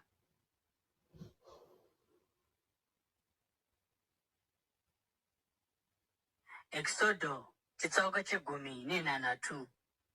Ungano yose yavaIsraeri yakasimuka kubva paErimu vakasvika kurenje reSini, riri pakati peErimu neSinai, pazuva re15 romwedzi wechipiri shure kwokubuda kwavo muIjipiti.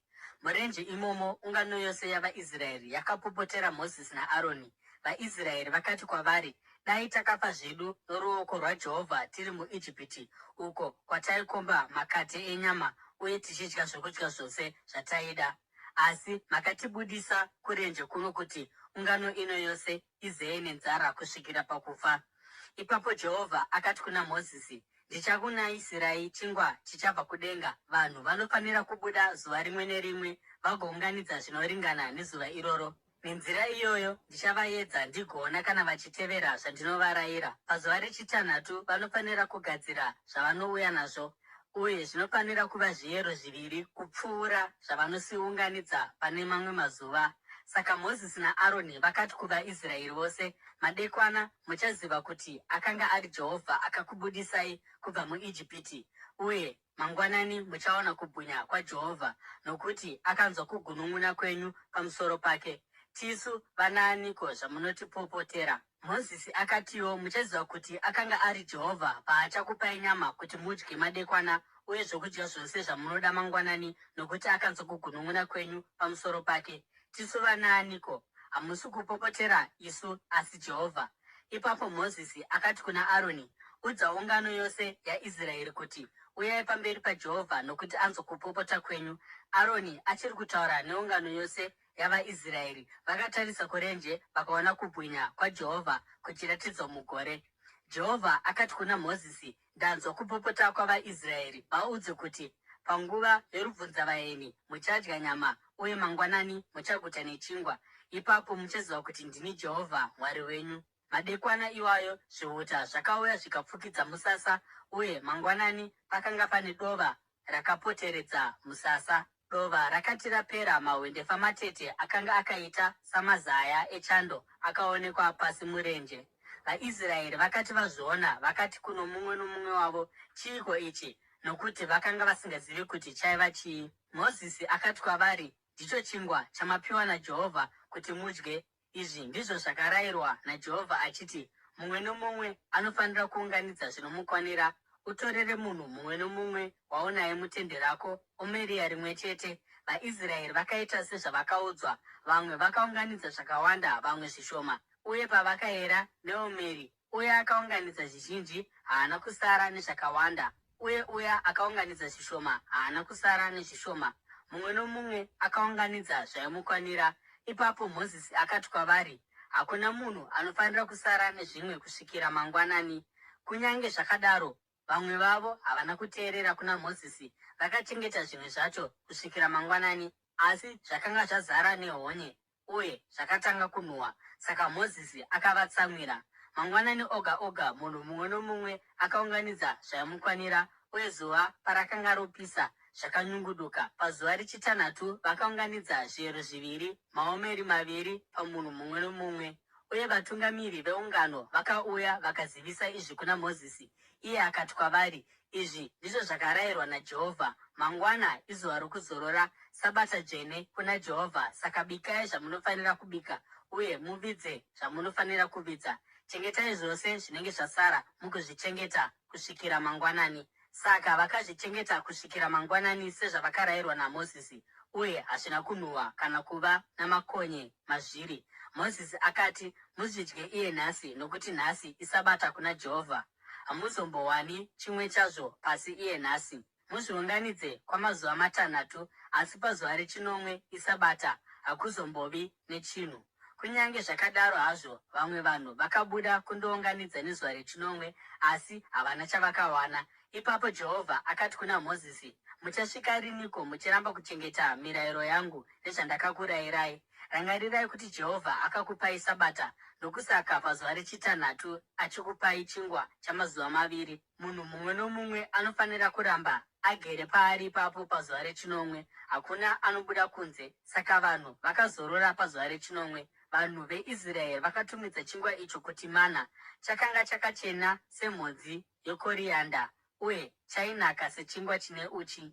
Mozisi akati, izvi ndizvo zvakarayirwa naJehovha: mutore omeri yamana mugoichengetera zvizvarwa zvinotevera, kuti vagoona chingwa chandakakupai kuti mudye muri murenje pandakakubudisai kubva munyika yeIjipiti. Saka Mozisi akati kuna Aroni, tora mudziyo ugoisa omeri yemana imomo. Ipapo ugozviisa pamberi paJehovha kuti zvichengeterwe zvizvarwa zvinotevera. Sokurayira kwaJehovha kuna Mozisi, Aroni akaisa mana pamberi pechipupuriro kuti ichengetwepo. VaIsraeri vakadya mana kwamakore 40 kusvikira vasvika kunyika yaiva navanhu. Vakadya mana kusvikira vasvika pamuganhu weKenani. Omeri ndiro 10 cheefa.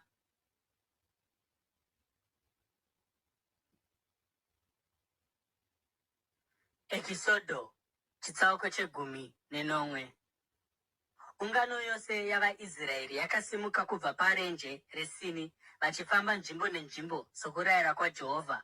Vakadzika musasa paRefidhimi, asi pakanga pasina mvura yokuti vanhu vanwe. Saka vanhu vakakavadzana naMozisi uye vakati, tipe mvura tinwe. Mozisi akapindura akati, seiko muchikakavadzana neni? Seiko muchiedza Jehovha? Asi vanhu vakanga vane nyota yemvura ipapo, saka vakapopotedzana naMozisi.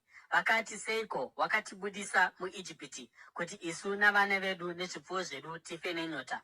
Ipapo Mozisi akachema kuna Jehovha akati, ndoiteiko navanhu ava?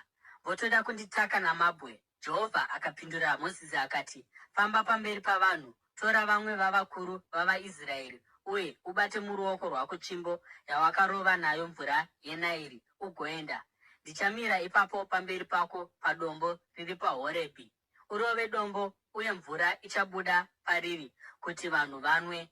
Saka Mozisi akaita izvi pamberi pavakuru vavaIsraeri, uye akatumidza nzvimbo iyi kuti Masa neMeribha, nokuti vaIsraeri vakakakavadzana naye, uye nokuti vakaedza Jehovha achiti, ko, Jehovha ari pakati pedu here, kana kuti kwete?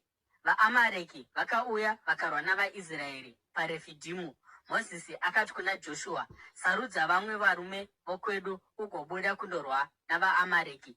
Mangwana ndichandomira pamusoro pechikomo ndine tsvimbo yaMwari mumaoko angu. Saka Joshua akarwa navaAmareki sokurayirwa kwaakaitwa naMozisi. Uye Mozisi naAroni naHuri vakakwira pamusoro pechikomo.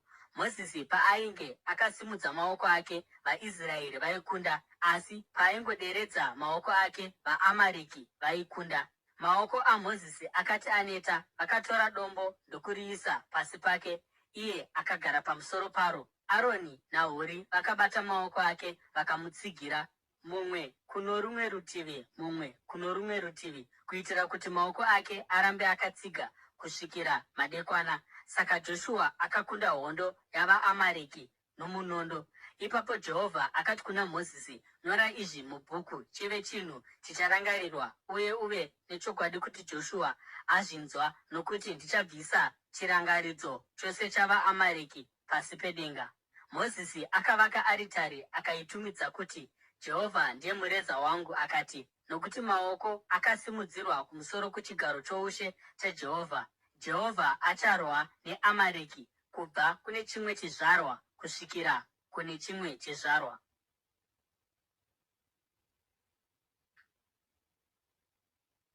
Ekisodho chitsauko chegumi nesere. Zvino Jeturo muprista weMidhiani uye ari tezvara waMozisi akanzwa zvinhu zvose zvakaitirwa Mozisi naMwari uye nokuvanhu vake vaIsraeri, uye kuti Jehovha akanga abudisa vaIsraeri sei kubva muIjipiti. Shure kwokunge Mozisi adzosera Zipora mukadzi wake, tezvara wake Jeturo akamugamuchira Zipora navanakomana vake vaviri. Mumwe mwanakomana akatumidzwa kunzi Gerishomi, nokuti akati, ndava mutorwa munyika yavamwe, uye mumwe akatumidzwa kuti Eriezeri, nokuti akati, Mwari wababa vangu akanga ari mubatsiri wangu, akandiponesa kubva pamunondo waFaro. Jeturo, tezvara waMozisi, pamwe chete navanakomana vaMozisi nomukadzi wake, vakauya kwaari kurenje, kwaakanga akadzika musasa pedyo negomo raMwari. Jeturo akanga atumira shoko kwaari achiti, ini tezvara wako Jeturo, ndiri kuuya kwauri nomukadzi wako navanakomana vako vaviri. Saka Mozisi akabuda kundochingamidza tezvara vake, uye akakotama pasi akamutsvoda. Vakakwazisana ndokubva vapinda mutende. Mozisi akataurira tezvara vake zvinhu zvose zvakaitwa naJehovha kuna Faro nokuvaIjipita nokuda kwavaIsraeri, uyewo nokutambudzika kwavakasangana nako munzira, uye kuti Jehovha akavaponesa sei. Jeturo akafara kunzwa nezvezvinhu zvose zvakanaka zvakaitirwa vaIsraeri naJehovha mukuvanunura kubva muruoko rwavaIjipita. Akati, Jehovha ngaarumbidzwe, iye akakununura kubva muruoko rwavaIjipita norwaFaro, uye iye akanunura vanhu kubva muruoko rwavaIjipita. Zvino ndava kuziva kuti Jehovha mukuru kupfuura vamwe vamwari vose, nokuti akaita izvi kuna avo vakabata vaIsraeri nokuzvikudza. Ipapo Jeturo, tezvara waMozisi, akauya nechipiriso chinopiswa nezvimwewo zvibayiro kuna Mwari, uye Aroni akauya navakuru vose veIsraeri kuti vazodya chingwa pamwe chete natezvara waMozisi pamberi paMwari.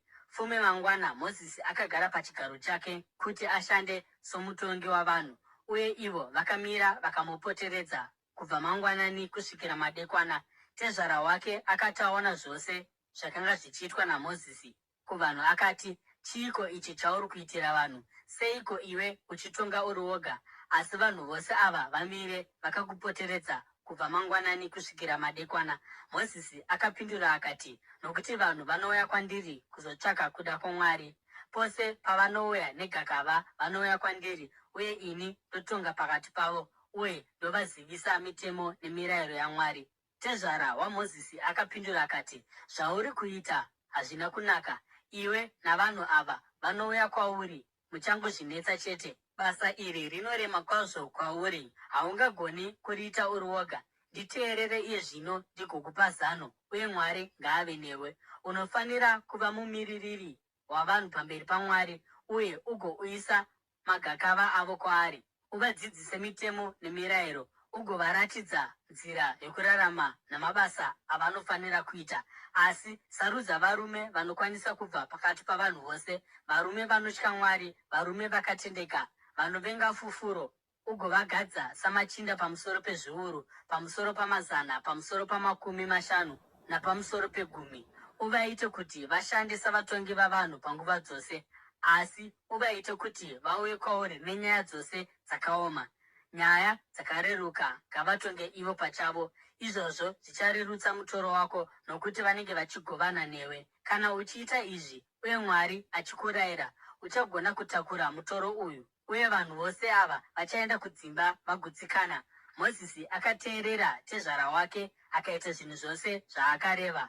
Akasarudza varume vaikwanisa kubva pakati pavaIsraeri vose, akavaita vatungamiriri vavanhu, akavaita vabati vezviuru, vabati vamazana, vabati vamakumi mashanu navabati vegumi. Vakashanda savatongi vavanhu nguva dzose. Mhaka dzakaoma ndidzo dzavakauya nadzo kuna Mozisi, asi dzakareruka ndivo vaitonga ivo pachavo. Ipapo Mozisi akatendera tezvara vake kuti vaende havo, uye Jeturo akadzokera kunyika yake.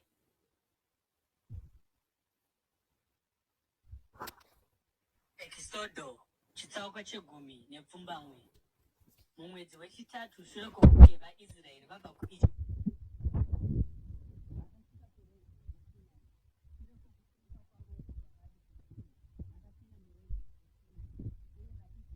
vakadzika misasa imomo murenje pamberi pegomo.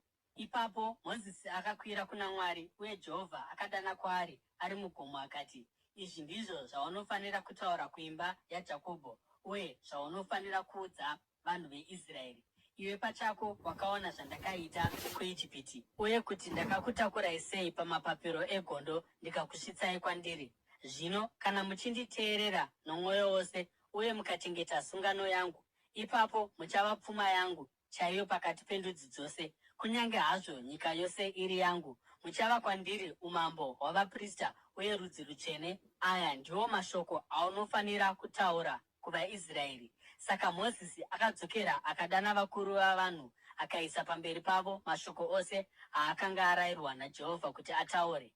Vanhu vose vakapindura pamwe chete vachiti, tichaita zvose zvakarehwa naJehovha. Saka Mozisi akadzosera mhinduro yavo kuna Jehovha.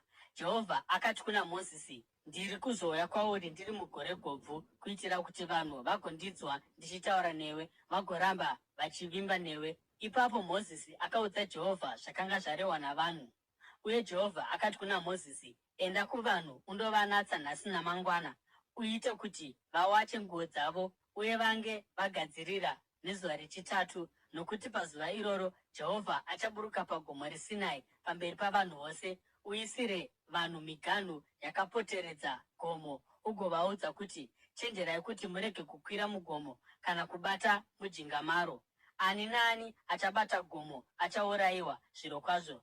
Zvirokwazvo achatakwa namabwe kana kubayiwa nemiseve. Hakuna ruoko ruchamubata, angava munhu kana chipfuwo, haangatenderwi kurarama. Vangakwira havo kugomo kana bedzi hwamanda yorunyanga rwegondobwe yaramba ichirira.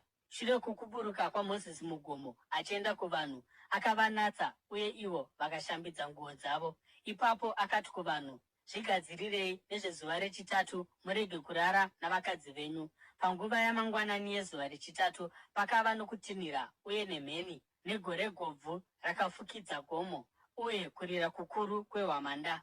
Munhu wose aiva mumisasa akadedera. Ipapo Mozisi akatungamirira vanhu vachibuda mumisasa kuti vandosangana naMwari, uye vakandomira mujinga megomo.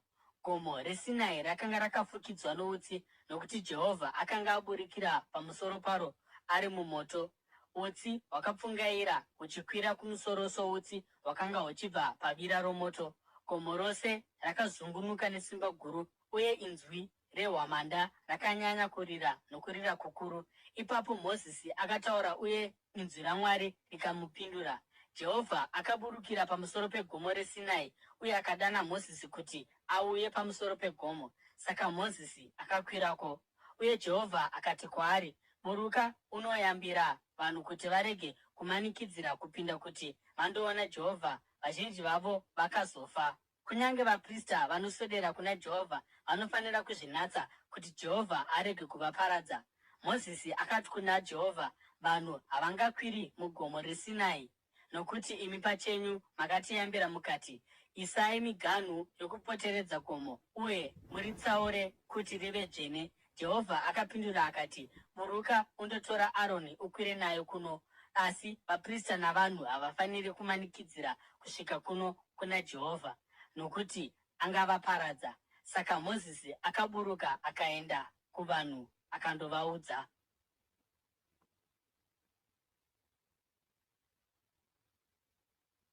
Ekisodho Chitsauko chemakumi maviri. Uye Mwari akataura mashoko aya ose akati, ndini Jehovha Mwari wako, akakubudisa kubva muIjipiti, munyika youranda. Usava navamwe vamwari kunze kwangu. Usazviitira mufananidzo wechinhu chipi zvacho chiri kudenga kumusoro, kana wechiri panyika pasi, kana wechiri mumvura. Usazvipfugamira kana kuzvinamata, nokuti ini Jehovha Mwari wako ndiri Mwari ane godo. Ndinoranga vana nokuda kwechivi chamadzibaba kusvikira kuchizvarwa chechitatu nechechina cheavo vanondivenga. Asi ndicharatidza rudo kuzvizvarwa zvine chiuru, avo vanondida uye vanochengeta mirayiro yangu. Usareva zita raJehovha Mwari wako pasina, nokuti Jehovha haazoregi kupa mhosva munhu upi zvake anoreva zita rake pasina. Rangarira zuva reSabata kuti urichengete riri dzvene. Uchashanda mazuva matanhatu nokuita basa rako rose, asi zuva rechinomwe iSabata kuna Jehovha Mwari wako. Pazuva iroro hamufaniri kuita basa ripi zvaro, iwe kana mwanakomana wako kana mwanasikana wako, murandarume wako kana murandakadzi wako, uye zvipfuwo zvako kana mutorwa ari mukati mamasuo ako. Nokuti mumazuva matanhatu Jehovha akaita matenga nenyika, gungwa nezvose zviri mariri, asi akazorora nomusi wechinomwe. Naizvozvo Jehovha akaropafadza zuva reSabata akariita dzvene. Kudza baba namai vako kuti ugorarama mazuva mazhinji munyika yaunopiwa naJehovha Mwari wako. Usauraya, usaita upombwe, usaba, usapupurira muvakidzani wako nhema, usachiva imba yomuvakidzani wako, usachiva mukadzi womuvakidzani wako, kana murandarume wake, kana murandakadzi wake, kana nzombe yake, kana mbongoro yake, kana chinhu chipi zvacho chomuvakidzani wako. Vanhu vakati vaona mheni nokutinhira uye vakanzwa hwamanda uye vaona gomo richipfungaira utsi, vakadedera nokutya, vakagara vari chinhambwe. Vakati kuna Mozisi, taura iwe kwatiri uye tichakuteerera, asi usarega Mwari achitaura nesu kuti tirege kufa. Mozisi akati kuvanhu, musatya, Mwari auya kuzokuedzai, kuitira kuti kutya Mwari kugova nemi, kuti murege kutadza. Vanhu vakaramba vari chinhambwe Mozisi paakanga achiswedera kurima govhu kwakanga kuna Mwari. Ipapo Jehovha akati kuna Mozisi, taurira vaIsraeri kuti, mazvionera pachenyu kuti ndataura kwamuri ndiri kudenga ndikati, musaita vamwari vapi zvavo kunze kwangu. Musazviitira vamwari vesirivha kana vamwari vegoridhe.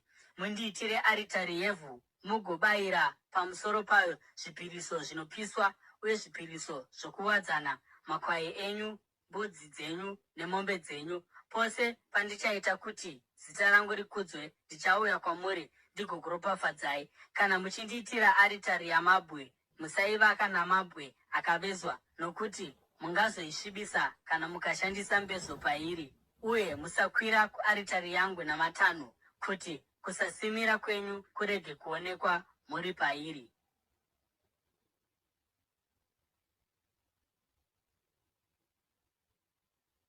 Exodo, chitsauko chemakumi maviri neimwe. Iyi ndiyo mirayiro yaunofanira kumisa pamberi pavo. Kana ukatenga muranda wechiHebheru, anofanira kukushandira kwamakore matanhatu, asi mugore rechinomwe anofanira kusunungurwa aende asina chinhu chaanoripa. Kana akauya ari oga, anofanira kusunungurwa aende ari oga. Asi kana ano mukadzi pakuuya kwake, anofanira kuenda nomukadzi wake. Kana tenzi wake akamupa mukadzi uye akamuberekera vanakomana kana vanasikana, mukadzi navana vake vachava vatenzi wake, uye murume chete ndiye achasunungurwa kuti aende hake. Asi muranda akati, ndinoda tenzi wangu, mukadzi wangu navana vangu, asi handisi kuda kusunungurwa, ipapo tenzi wake anofanira kuenda naye pamberi pavatongi. Achaenda naye pamukova kana pagwatidziro romukova agomuboora nzeve yake norunji. Ipapo achava muranda wake kwoupenyu hwake hwose. Kana munhu akatengesa mwanasikana wake kuti ave murandakadzi, iyeye haafaniri kusunungurwa kuti aende sezvinoita varandarume. Kana asingafadzi tenzi akamusarudza kuti ave wake, anofanira kumurega kuti adzikinurwe. Haana mvumo yokumutengesa kuvatorwa, nokuti aputsa chitenderano naye. Kana akamusarudzira mwanakomana wake, anofanira kumupa kodzero dzomwanasikana. Kana akawana mumwe mukadzi, haafaniri kunyima mukadzi wokutanga zvokudya, nguo kana kodzero dzake dzokuwanikwa. Kana asingamupi zvinhu zvitatu izvi, anofanira kuenda akasununguka pasina kana mari yaanoripa. Ani naani anorova munhu uye akamuuraya, zvirokwazvo naiye achaurayiwa. Kunyange zvakadaro hazvo, kana asingazviiti nobwoni, asi Mwari atendera kuti zviitike, iye anofanira kutizira kunzvimbo yandichatsaura. Asi kana munhu akaronga uye akauraya mumwe munhu nobwoni, mumubvise paaritari yangu uye mumuuraye. Ani naani anorova baba vake kana mai vake anofanira kuurayiwa. Ani naani anoba mumwe munhu uye akamutengesa kana kuti akawanikwa achinaye paanenge abatwa anofanira kuurayiwa. Ani naani anotuka baba vake kana mai vake anofanira kuurayiwa. Kana vanhu vakakakavadzana uye mumwe akarova mumwe nebwe kana nechibhakera chake uye akafa asi akavata panhoo, munhu arova haazobatwi nemhosva. Kana mumwe wacho akamuka akafamba-famba kunze nomudonzvo wake, kunyange zvakadaro hazvo, anofanira kuripa munhu akakuvara nokuda kwokurasikirwa kwake nenguva yake, uye aone kuti apora zvachose. Kana munhu akarova murandarume wake kana murandakadzi netsvimbo, uye muranda akafa nokuda kwokurohwa, anofanira kurangwa. Asi haafaniri kurangwa kana muranda akamuka shure kwezuva rimwe chete kana maviri, sezvo muranda ari mudziyo wake. Kana varume vachirwa vakarova mukadzi ane mimba uye akabereka gava mwedzi, asi asina kukuvara zvakanyanya, nyakupara mhosva anofanira kuripiswa zvose zvazvo zvinodiwa nomurume wacho uye zvinobvumirwa nedare remhosva.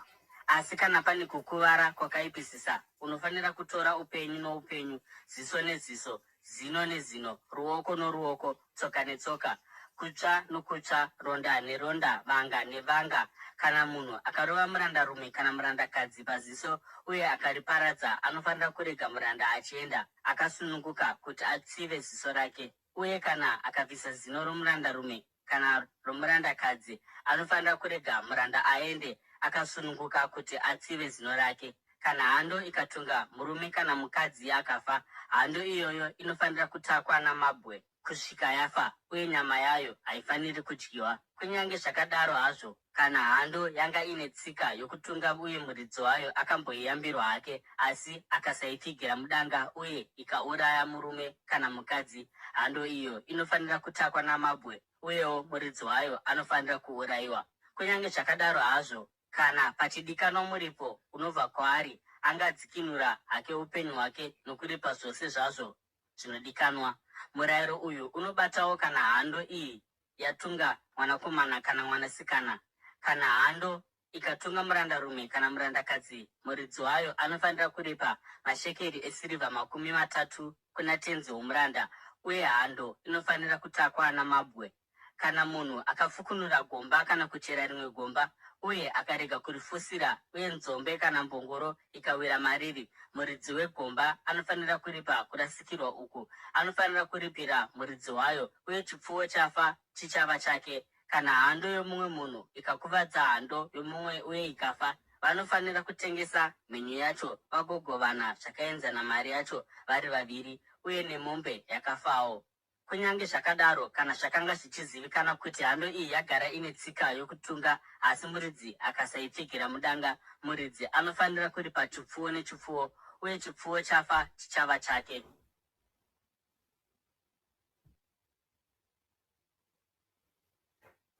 Ekisodho chitsauko 22. Kana munhu akaba nzombe kana gwai uye akauraya kana kutengesa, anofanira kuripa mombe 5 nokuda kwenzombe uye makwai 4 pagwai rimwe chete. Kana mbavha ikabatwa ichipaza uye ikarohwa ikafa, nyakudzivirira haana mhosva yokuteura ropa. Asi kana zvikaitika shure kwokubuda kwezuva, anenge ane mhosva yokuteura ropa. Mbavha inofanira kudzora zvayaba, asi kana isina chinhu inofanira kutongeswa kuti iripe umbavha hwayo. Kana chipfuwo chakabiwa chikawanikwa chichiri chipenyu muruoko rwake, ingava nzombe kana mbongoro kana gwai, iye anofanira kuripa zvava zviviri. Kana munhu akafudza zvipfuwo zvake mumunda kana mumunda womuzambiringa uye akarega zvipfuwo zvake zvichidya mumunda womunhu, anofanira kudzorera zvakaisvonaka zvinobva mumunda wake kana mumunda wake womuzambiringa.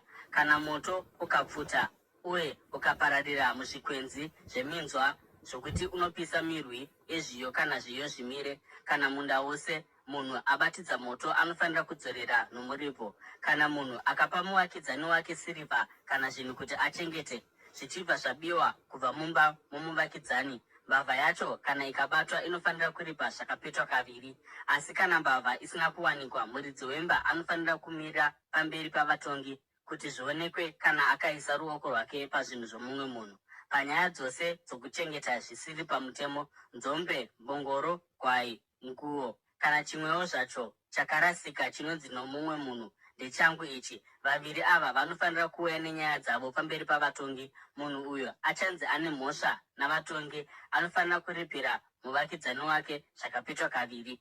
Kana munhu akapa mbongoro, nzombe, gwai kana chipfuwo chipi zvacho kumuvakidzani wake kuti achengete, chichibva chafa kana kukuvara kana kutorwa pasina anozviona, nyaya iri pakati pavo inofanira kugadziriswa nokuita mhiko pamberi paJehovha yokuti muvakidzani haana kuisa maoko ake pazvinhu zvomumwe munhu.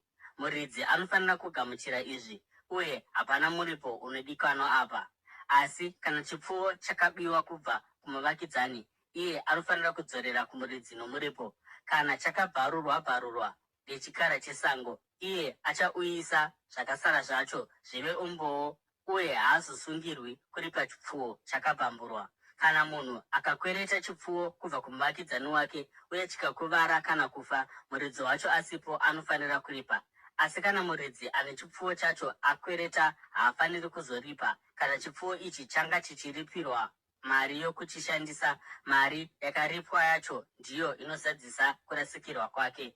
Kana murume akanyengera musikana anenge ari mhandara asina kutsidzira kuti awanikwe uye akavata naye, iye anofanira kubvisa roora uye achava mukadzi wake. Kana baba vake vasingadi zvachose kuti vamupe kwaari, anofanira bedzi kubvisa roora rinobvisirwa mhandara. Usatendera muroyikadzi kuti ararame. Ani naani anoita chipfuwo mukadzi anofanira kuurayiwa. Ani naani anobayira kuna mwari upi zvake kunze kwangu anofanira kuparadzwa. Usabata mutorwa zvakaipa kana kumudzvinyirira, nokuti imi makanga muri vatorwa muIjipiti. Musaitira zvakaipa chirikadzi nenherera. Kana mukaita izvozvo uye ivo vakachema kwandiri, zvirokwazvo ndichanzwa kuchema kwavo, kutsamwa kwangu kuchamuka uye ndichakuurayai nomunondo. Vakadzi venyu vachava chirikadzi uye vana venyu vachava nherera. Kana mukakweretesa mari kuno mumwe wavanhu vangu vari pakati penyu vanoshaya, musaita somunhu webasa rokukweretesa. Musamuripisa yava nemhindu. Kana ukatora jasi romuvakidzani wako sechitsidzo, uridzorere kwaari zuva rodoka, nokuti jasi rake ndicho chifukidzo bedzi chaanacho chomuviri wake. Achavata akafukeiko? Paanochema kwandiri, ini ndichanzwa, nokuti ndine tsitsi. Usamhura Mwari kana kutuka mutongi wavanhu vako. Usarega kupa zvipiriso zvinobva mumatura ako kana muzvisviniro zvako. Unofanira kundipa dangwe ravanakomana vako. Muite zvimwe chetezvo kumombe dzenyu nokumakwai enyu. Murege zvigare mazuva manomwe navana mai vazvo, asi muzvipe kwandiri pazuva rorusere. Munofanira kuva vanhu vangu vatsvene. Saka musadya nyama yechipfuwo chakabvamburwa nezvikara zvesango, muikandire kumbwa.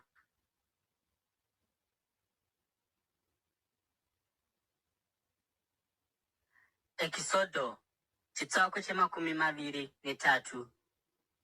Usaparadzira mashoko enhema. Usabatsira munhu akaipa nokuva chapupu chakaipa. Usatevedzera vanhu vazhinji pakuita zvakaipa. Paunopa umboo mudare redzimhosva, usaminamisa kururamisira uchienda kurutivi rworuzhinji. Uye usatsaura munhu murombo uchienda kudivi rake pamhaka yake. Kana ukaona nzombe yomuvengi wako kana mbongoro yake yarasika, ona kuti waidzosera kwaari. Kana ukaona mbongoro yomunhu anokuvenga yawira pasi nokuda kwokuremerwa, usaisiya ipapo. Iva nechokwadi kuti wamubatsira pairi. Usaramba kururamisira varombo vavanhu vokwako pamatare edzimhosva. Usava nechokuita nokupomerwa kwemhosva yenhema, uye usatongera rufu munhu asina mhosva. Kana munhu akatendeka, nokuti ini handizopembedzi munhu ane mhosva. Usagamuchira fufuro, nokuti fufuro inopofumadza vaya vanoona uye inomonyorora mashoko owakarurama. Musadzvinyirira mutorwa. Imi pachenyu munoziva kuti zvakaita sei kuva mutorwa, nokuti makanga muri vatorwa muIjipiti. Makore 6 munofanira kudyara minda yenyu mugokohwa zvirimwa, asi pagore rechinomwe nyika ngairege kurimwa kana kushandiswa. Ipapo varombo vari pakati pavanhu venyu vangava nawo zvokudya kubva mairi, uye zvikara zvesango zvigodya zvavanenge vasiya. Muitewo zvimwe chetezvo kuminda yenyu yemizambiringa neyemiorivhi. Muite basa renyu mazuva 6, asi pazuva rechinomwe musashanda, kuitira kuti nzombe yako nembongoro yako zvizorore, uye nhapwa yakaberekerwa mumba mako nomutorwa vazororewo. Muchenjerere kuti muite zvose zvandakareva kwamuri. Musareva mazita avamwe vamwari, ngaarege kunzwikwa pamiromo yenyu. Katatu pagore munofanira kupemberera mutambo kwandiri. Mupemberere mutambo wechingwa chisina mbiriso. Mazuva 8 munofanira kudya chingwa chisina mbiriso, sezvandakakurayirai. Muite izvi panguva dzakatarwa mumwedzi weAbhibhi, nokuti mumwedzi iwoyo ndipo pamakabuda kubva muIjipiti. Hakuna munhu anofanira kumira pamberi pangu asina chinhu. Mupemberere mutambo wokukohwa nezvibereko zvokutanga nezvirimwa zvamakadyara muminda yenyu. Mupemberere mutambo wokuunganidza pakupera kwegore, pamunounganidza zvirimwa zvenyu kubva mumunda. Varume vose vanofanira kumira pamberi paIshe Jehovha katatu pagore. Musapa ropa rechibayiro kwandiri pamwe chete nechinhu chipi zvacho chine mbiriso. Mafuta ezvipiriso zvangu zvomutambo haafaniri kuchengetwa kusvikira mangwanani. Muuye nezvakanakisisa zvezvibereko zvokutanga zvevhu renyu kuimba yaJehovha Mwari wenyu. Musabika mbudzana mumukaka wamai vayo. Tarirai, ndiri kutumira mutumwa pamberi penyu kuti akuchengetei munzira, uye kuti akuzvitsei kunzvimbo yandakakugadzirirai. Murerekere nzeve dzenyu kwaari mugoteerera zvaanoreva. Musamumukira, iye haangazoregereri kumukira kwenyu, sezvo zita rangu riri maari. Kana mukanyatsoteerera kune zvaanoreva nokuita zvose zvandinoreva, ini ndichava muvengi kuvavengi venyu, uye ndichapikisa avo vanokupikisai. Mutumwa wangu achakutungamirirai, uye achakupinzai munyika yavaAmori, vaHiti, vaPerezi, vaKenani, vaHivhi navaJebhusi, uye ndichavapedza chose. Musapfugamira vamwari vavo kana kuvanamata kana kuwadzana namabasa avo. Munofanira kuvaparadza, uye mugoputsa matombo avo anoyera. Namatai Jehovha Mwari wenyu, uye ipapo maropafadzo ake achavapa nezvokudya zvenyu nemvura yenyu. Ndichabvisa urwere kubva pakati penyu, uye hakuna achabva pamuviri kana asingabereki munyika yenyu. Ndichakupai upenyu huzere. Ndichatuma kuvhundutsa kwangu pamberi penyu, uye ndichauyisa nyonganiso pamusoro pendudzi dzose dzamunosangana nadzo. Ndichaita kuti vavengi venyu vose vatendeuke vagotiza. Ndichatuma mago pamberi penyu kuti adzinge vaHivhi, vaKenani navaHiti kuti vabve munzira yenyu. Asi handizovadzingi mugore rimwe chete, nokuti nyika ingazoita sango, uye mhuka dzesango dzikakuwandirai. Ndichavabvisa pamberi penyu zvishoma kusvikira manyatsowanda kuti mutore nyika. Ndichasimbisa miganhu yenyu kubva kugungwa dzvuku kusvikira kugungwa ravaFiristia, uye kubva kurenje kusvikira kurwizi. Ndichaisa mumaoko enyu vanhu vagere munyika iyi, uye imi muchavadzinga pamberi penyu. Musaita sungano navo kana navamwari vavo. Musavatendera kuti vagare munyika yenyu, kuti varege kukuitai kuti munditadzire, nokuti kunamata vamwari vavo kuchava musungo kwamuri zvirokwazvo.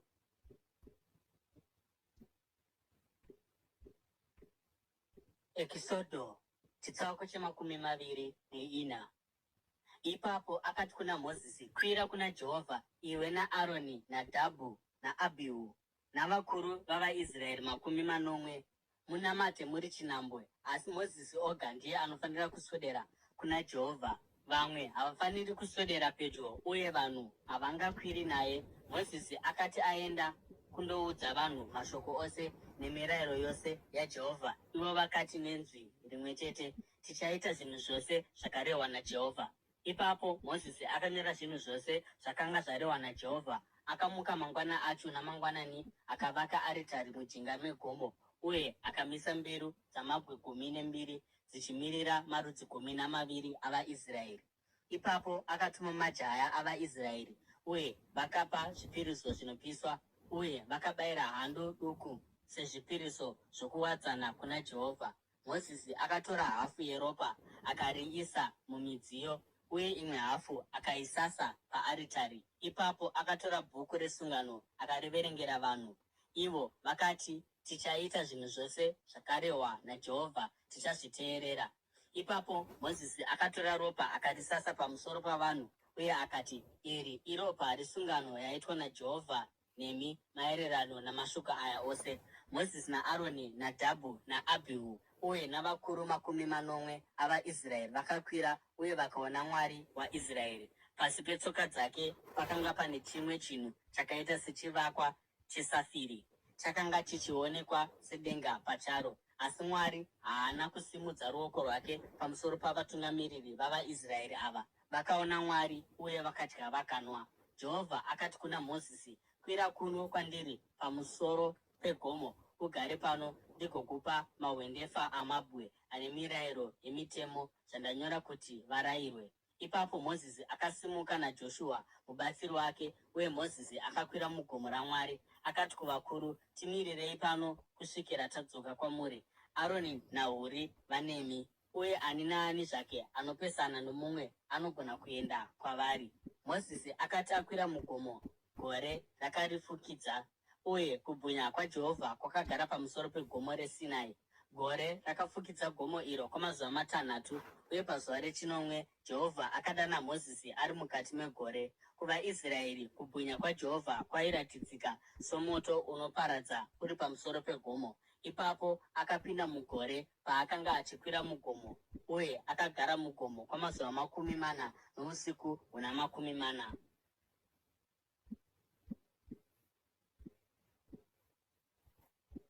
Ekisodo chitsauko che25. Jehovha akati kuna Mozisi, taurira vaIsraeri kuti vandivigire chipiriso. Unofanira kugamuchira chipiriso changu kubva kumunhu upi noupi anosundwa nomwoyo wake kuti ape. Izvi ndizvo zvipiriso zvaunofanira kugamuchira kubva kwavari: goridhe, sirivha, ndarira, wuru yebhuruu, pepuru netsvuku, uye nemicheka yakaisvonaka, makushe embudzi, matehwe amakondobwe akapendwa zvitsvuku, namatehwe emombe dzomugungwa, namatanda omuunga, mafuta omuorivhi emwenje, zvinonhuhwira zvemafuta okuzodza anonhuhwira, uye nezvimwe zvinonhuhwira, mabwe eonikisi nezvimwe zvinokosha zvinofanira kuiswa paefodhi napachidzitiro chechipfuva. Ipapo uite kuti vaite nzvimbo yangu tsvene, uye ini ndichagara pakati pavo. Muite tabhenakeri iyi nemidziyo yayo yose nomufananidzo wandichakuratidza. Uite kuti vaite bhokisi ramatanda omuunga rakareba 2.5 kubhiti, upamhi 1.5 kubhiti, uye 1.5 kubhiti pakukwira. Murifukidze negoridhe rakaisvonaka mukati nokunze, uye muite hata yegoridhe yakaripoteredza. Muiumbire mhete 4 dzegoridhe mugodzisungira pamakumbo aro 4, nemhete 2 pano rumwe rutivi uye mhete 2 kuno rumwe rutivi. Ipapo mugoita matanda omuunga uye negoridhe.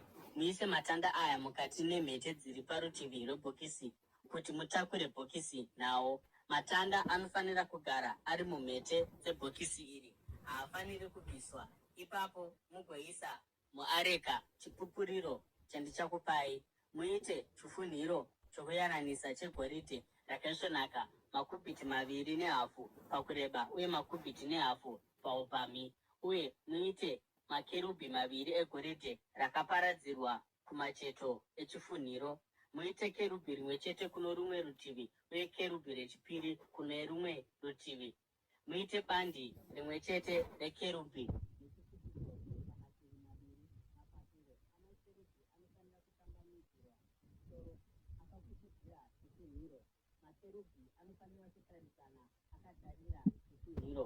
Muise chifunhiro pamusoro peareka, uye mugoisa muareka chipupuriro chandichakupai. Ipapo pamusoro pechifunhiro chiri pakati pamakerubhi 2 ari pamusoro peareka yechipupuriro, ndichasangana newe ndigokupa mirayiro yangu yose yavaIsraeri.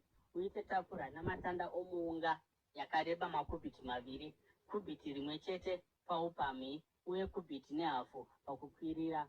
muifukidzire negoridhe rakaisvonaka uye mugoipoteredza nezvakaumbwa zvegoridhe. Uyewo uite vhiri rinoipoteredza rino upamhi hwakaita sechanza choruoko, ugoisa goridhe rakaumbwa pamusoro pevhiri. Uite mhete 4 dzegoridhe dzetafura ugodzisungira kumakona 4 pane makumbo ayo. Mhete idzi dzinofanira kuva pedyo nevhiri kuti dzibate matanda anoshandiswa kutakura tafura. Uite matanda omuunga uafukidze negoridhe uye mugotakura tafura nawo. Uye uite ndiro dzayo namadhishi negoridhe rakaisvonaka, uyewo namatende ayo nembiya dzokudirisa zvipiriso. Uise chingwa chokuratidza patafura iyi kuti chive pamberi pangu nguva dzose. Uite chigadziko chomwenje chegoridhe rakaisvonaka uye ugoipambadzira pasi payo pamwe chete nerwiriko rwayo. Mbiya dzayo, mabukira namaruva acho zvichava chinhu chimwe chete nacho. Matavi 6 anofanira kutambarara achibva mumatavi echigadziko chomwenje, 3 kuno rumwe rutivi uye 3 kuno rumwezve. Mikombe 3 yakaumbwa samaruva omuarimondi namabukira uye namaruva zvinofanira kuva padavi rimwe chete, 3 kune rimwe davi uye zvimwe chetezvo kumativi 6 ose anotambarara kubva pachigadziko chomwenje. Uye pachigadziko chomwenje panofanira kuva nemikombe 4 yakaumbwa samaruva omuarimondi ane mabukira namaruva. Bukira rimwe chete richava pasi pamatavi 2 okutanga anotambarara kubva pachigadziko chomwenje. Burika rechipiri riri pasi pamamwe matavi 2 uye burika rechitatu riri pasi pamamwezve pamatavi 2, mativi ose ari 6. Mabukira namatavi achava ebandi rimwe chete nechigadziko chomwenje negoridhe rakaisvonaka rakaparadzirwa. Ipapo ugoita mwenje yacho minomwe uye ugoigadzika pamusoro pacho kuitira kuti zvigovhenekera nzvimbo iri mberi kwacho. Mbato dzacho nendiro dzacho zvinofanira kuva zvegoridhe rakaisvonaka. Tarenda regoridhe rakaisvonaka rinofanira kushandiswa pachigadziko chomwenje nemimwe midziyo yose iyi. Uone kuti wazviita zvichienderana nomufananidzo wawakaratidzwa pagomo.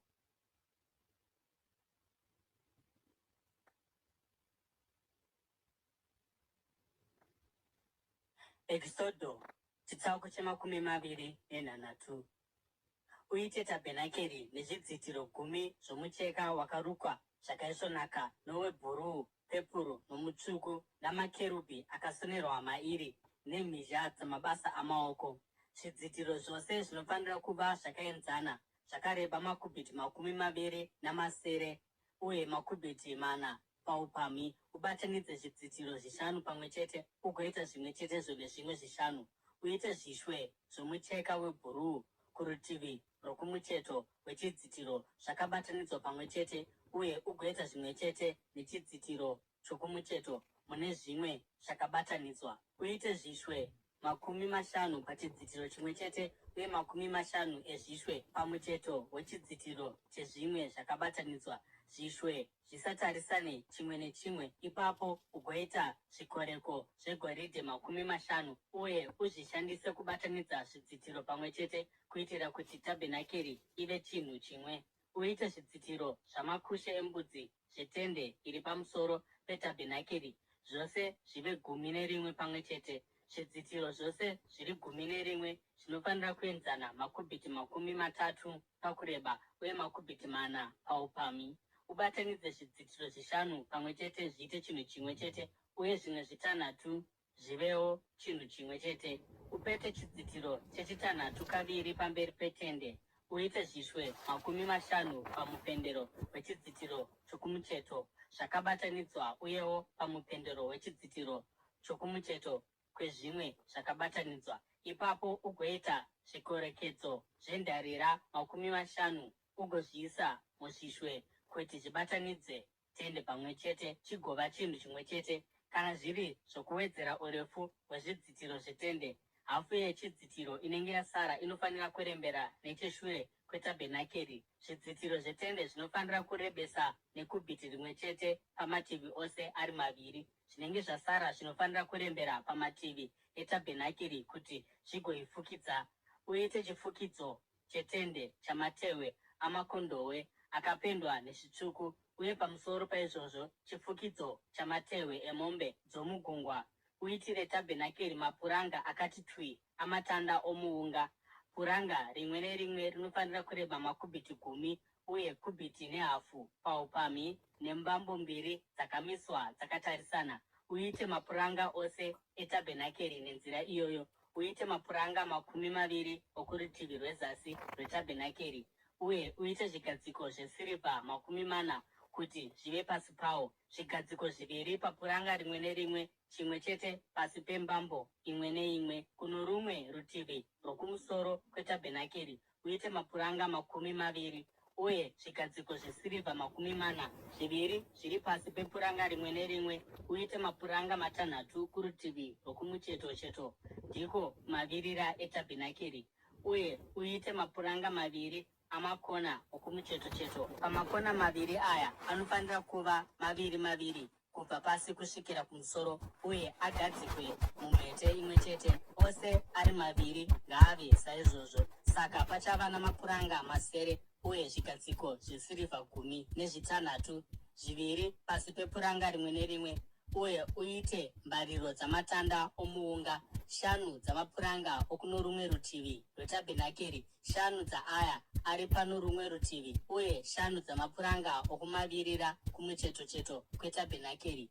Mbariro yapakati inofanira kutandavara kubva kumucheto kusvikira kuno mumwe mucheto napakati pamapuranga. Ufukidze mapuranga negoridhe, uye ugoita mhete dzegoridhe kuti dzigobata mbariro, uyewo ufukidze mbariro negoridhe. Umise tabhenakeri maererano nomufananidzo wawakaratidzwa mugomo. Uite chidzitiro chebhuruu nechepepuru nechitsvuku chomucheka wakarukwa zvakaisvonaka namakerubhi akasonerwapo nenyanzvi yokusona. Uirembedze nezvikorekedzo zvegoridhe pamatanda 4 omuunga akafukidzwa negoridhe, uye amire pamusoro pezvigadziko 4 zvesirivha. Urembedze chidzitiro pazvikorekedzo, uye chipupuriro shure kwechidzitiro. Chidzitiro ichi chichaparadzanisa nzvimbo tsvene nenzvimbo tsvene-tsvene. Uise chifukidziro chokuyananisa pamusoro peareka yechipupuriro iri munzvimbo tsvene-tsvene. Uise tafura kunze kwechidzitiro nechokumusoro kwetabhenakeri. Ugogadzika chigadziko chomwenje chakatarisana nayo nechezasi. Pamukova wokupinda mutende uite chidzitiro chewuru yebhuruu, pepuru netsvuku, uye nomucheka wakarukwa zvakaisvonaka, basa romusoni anogona. Uite zvikorekedzo zvegoridhe zvechidzitiro ichi, uye matanda 5 omuunga akafukidzwa negoridhe, uye uaumbire zvigadziko 5 zvendarira.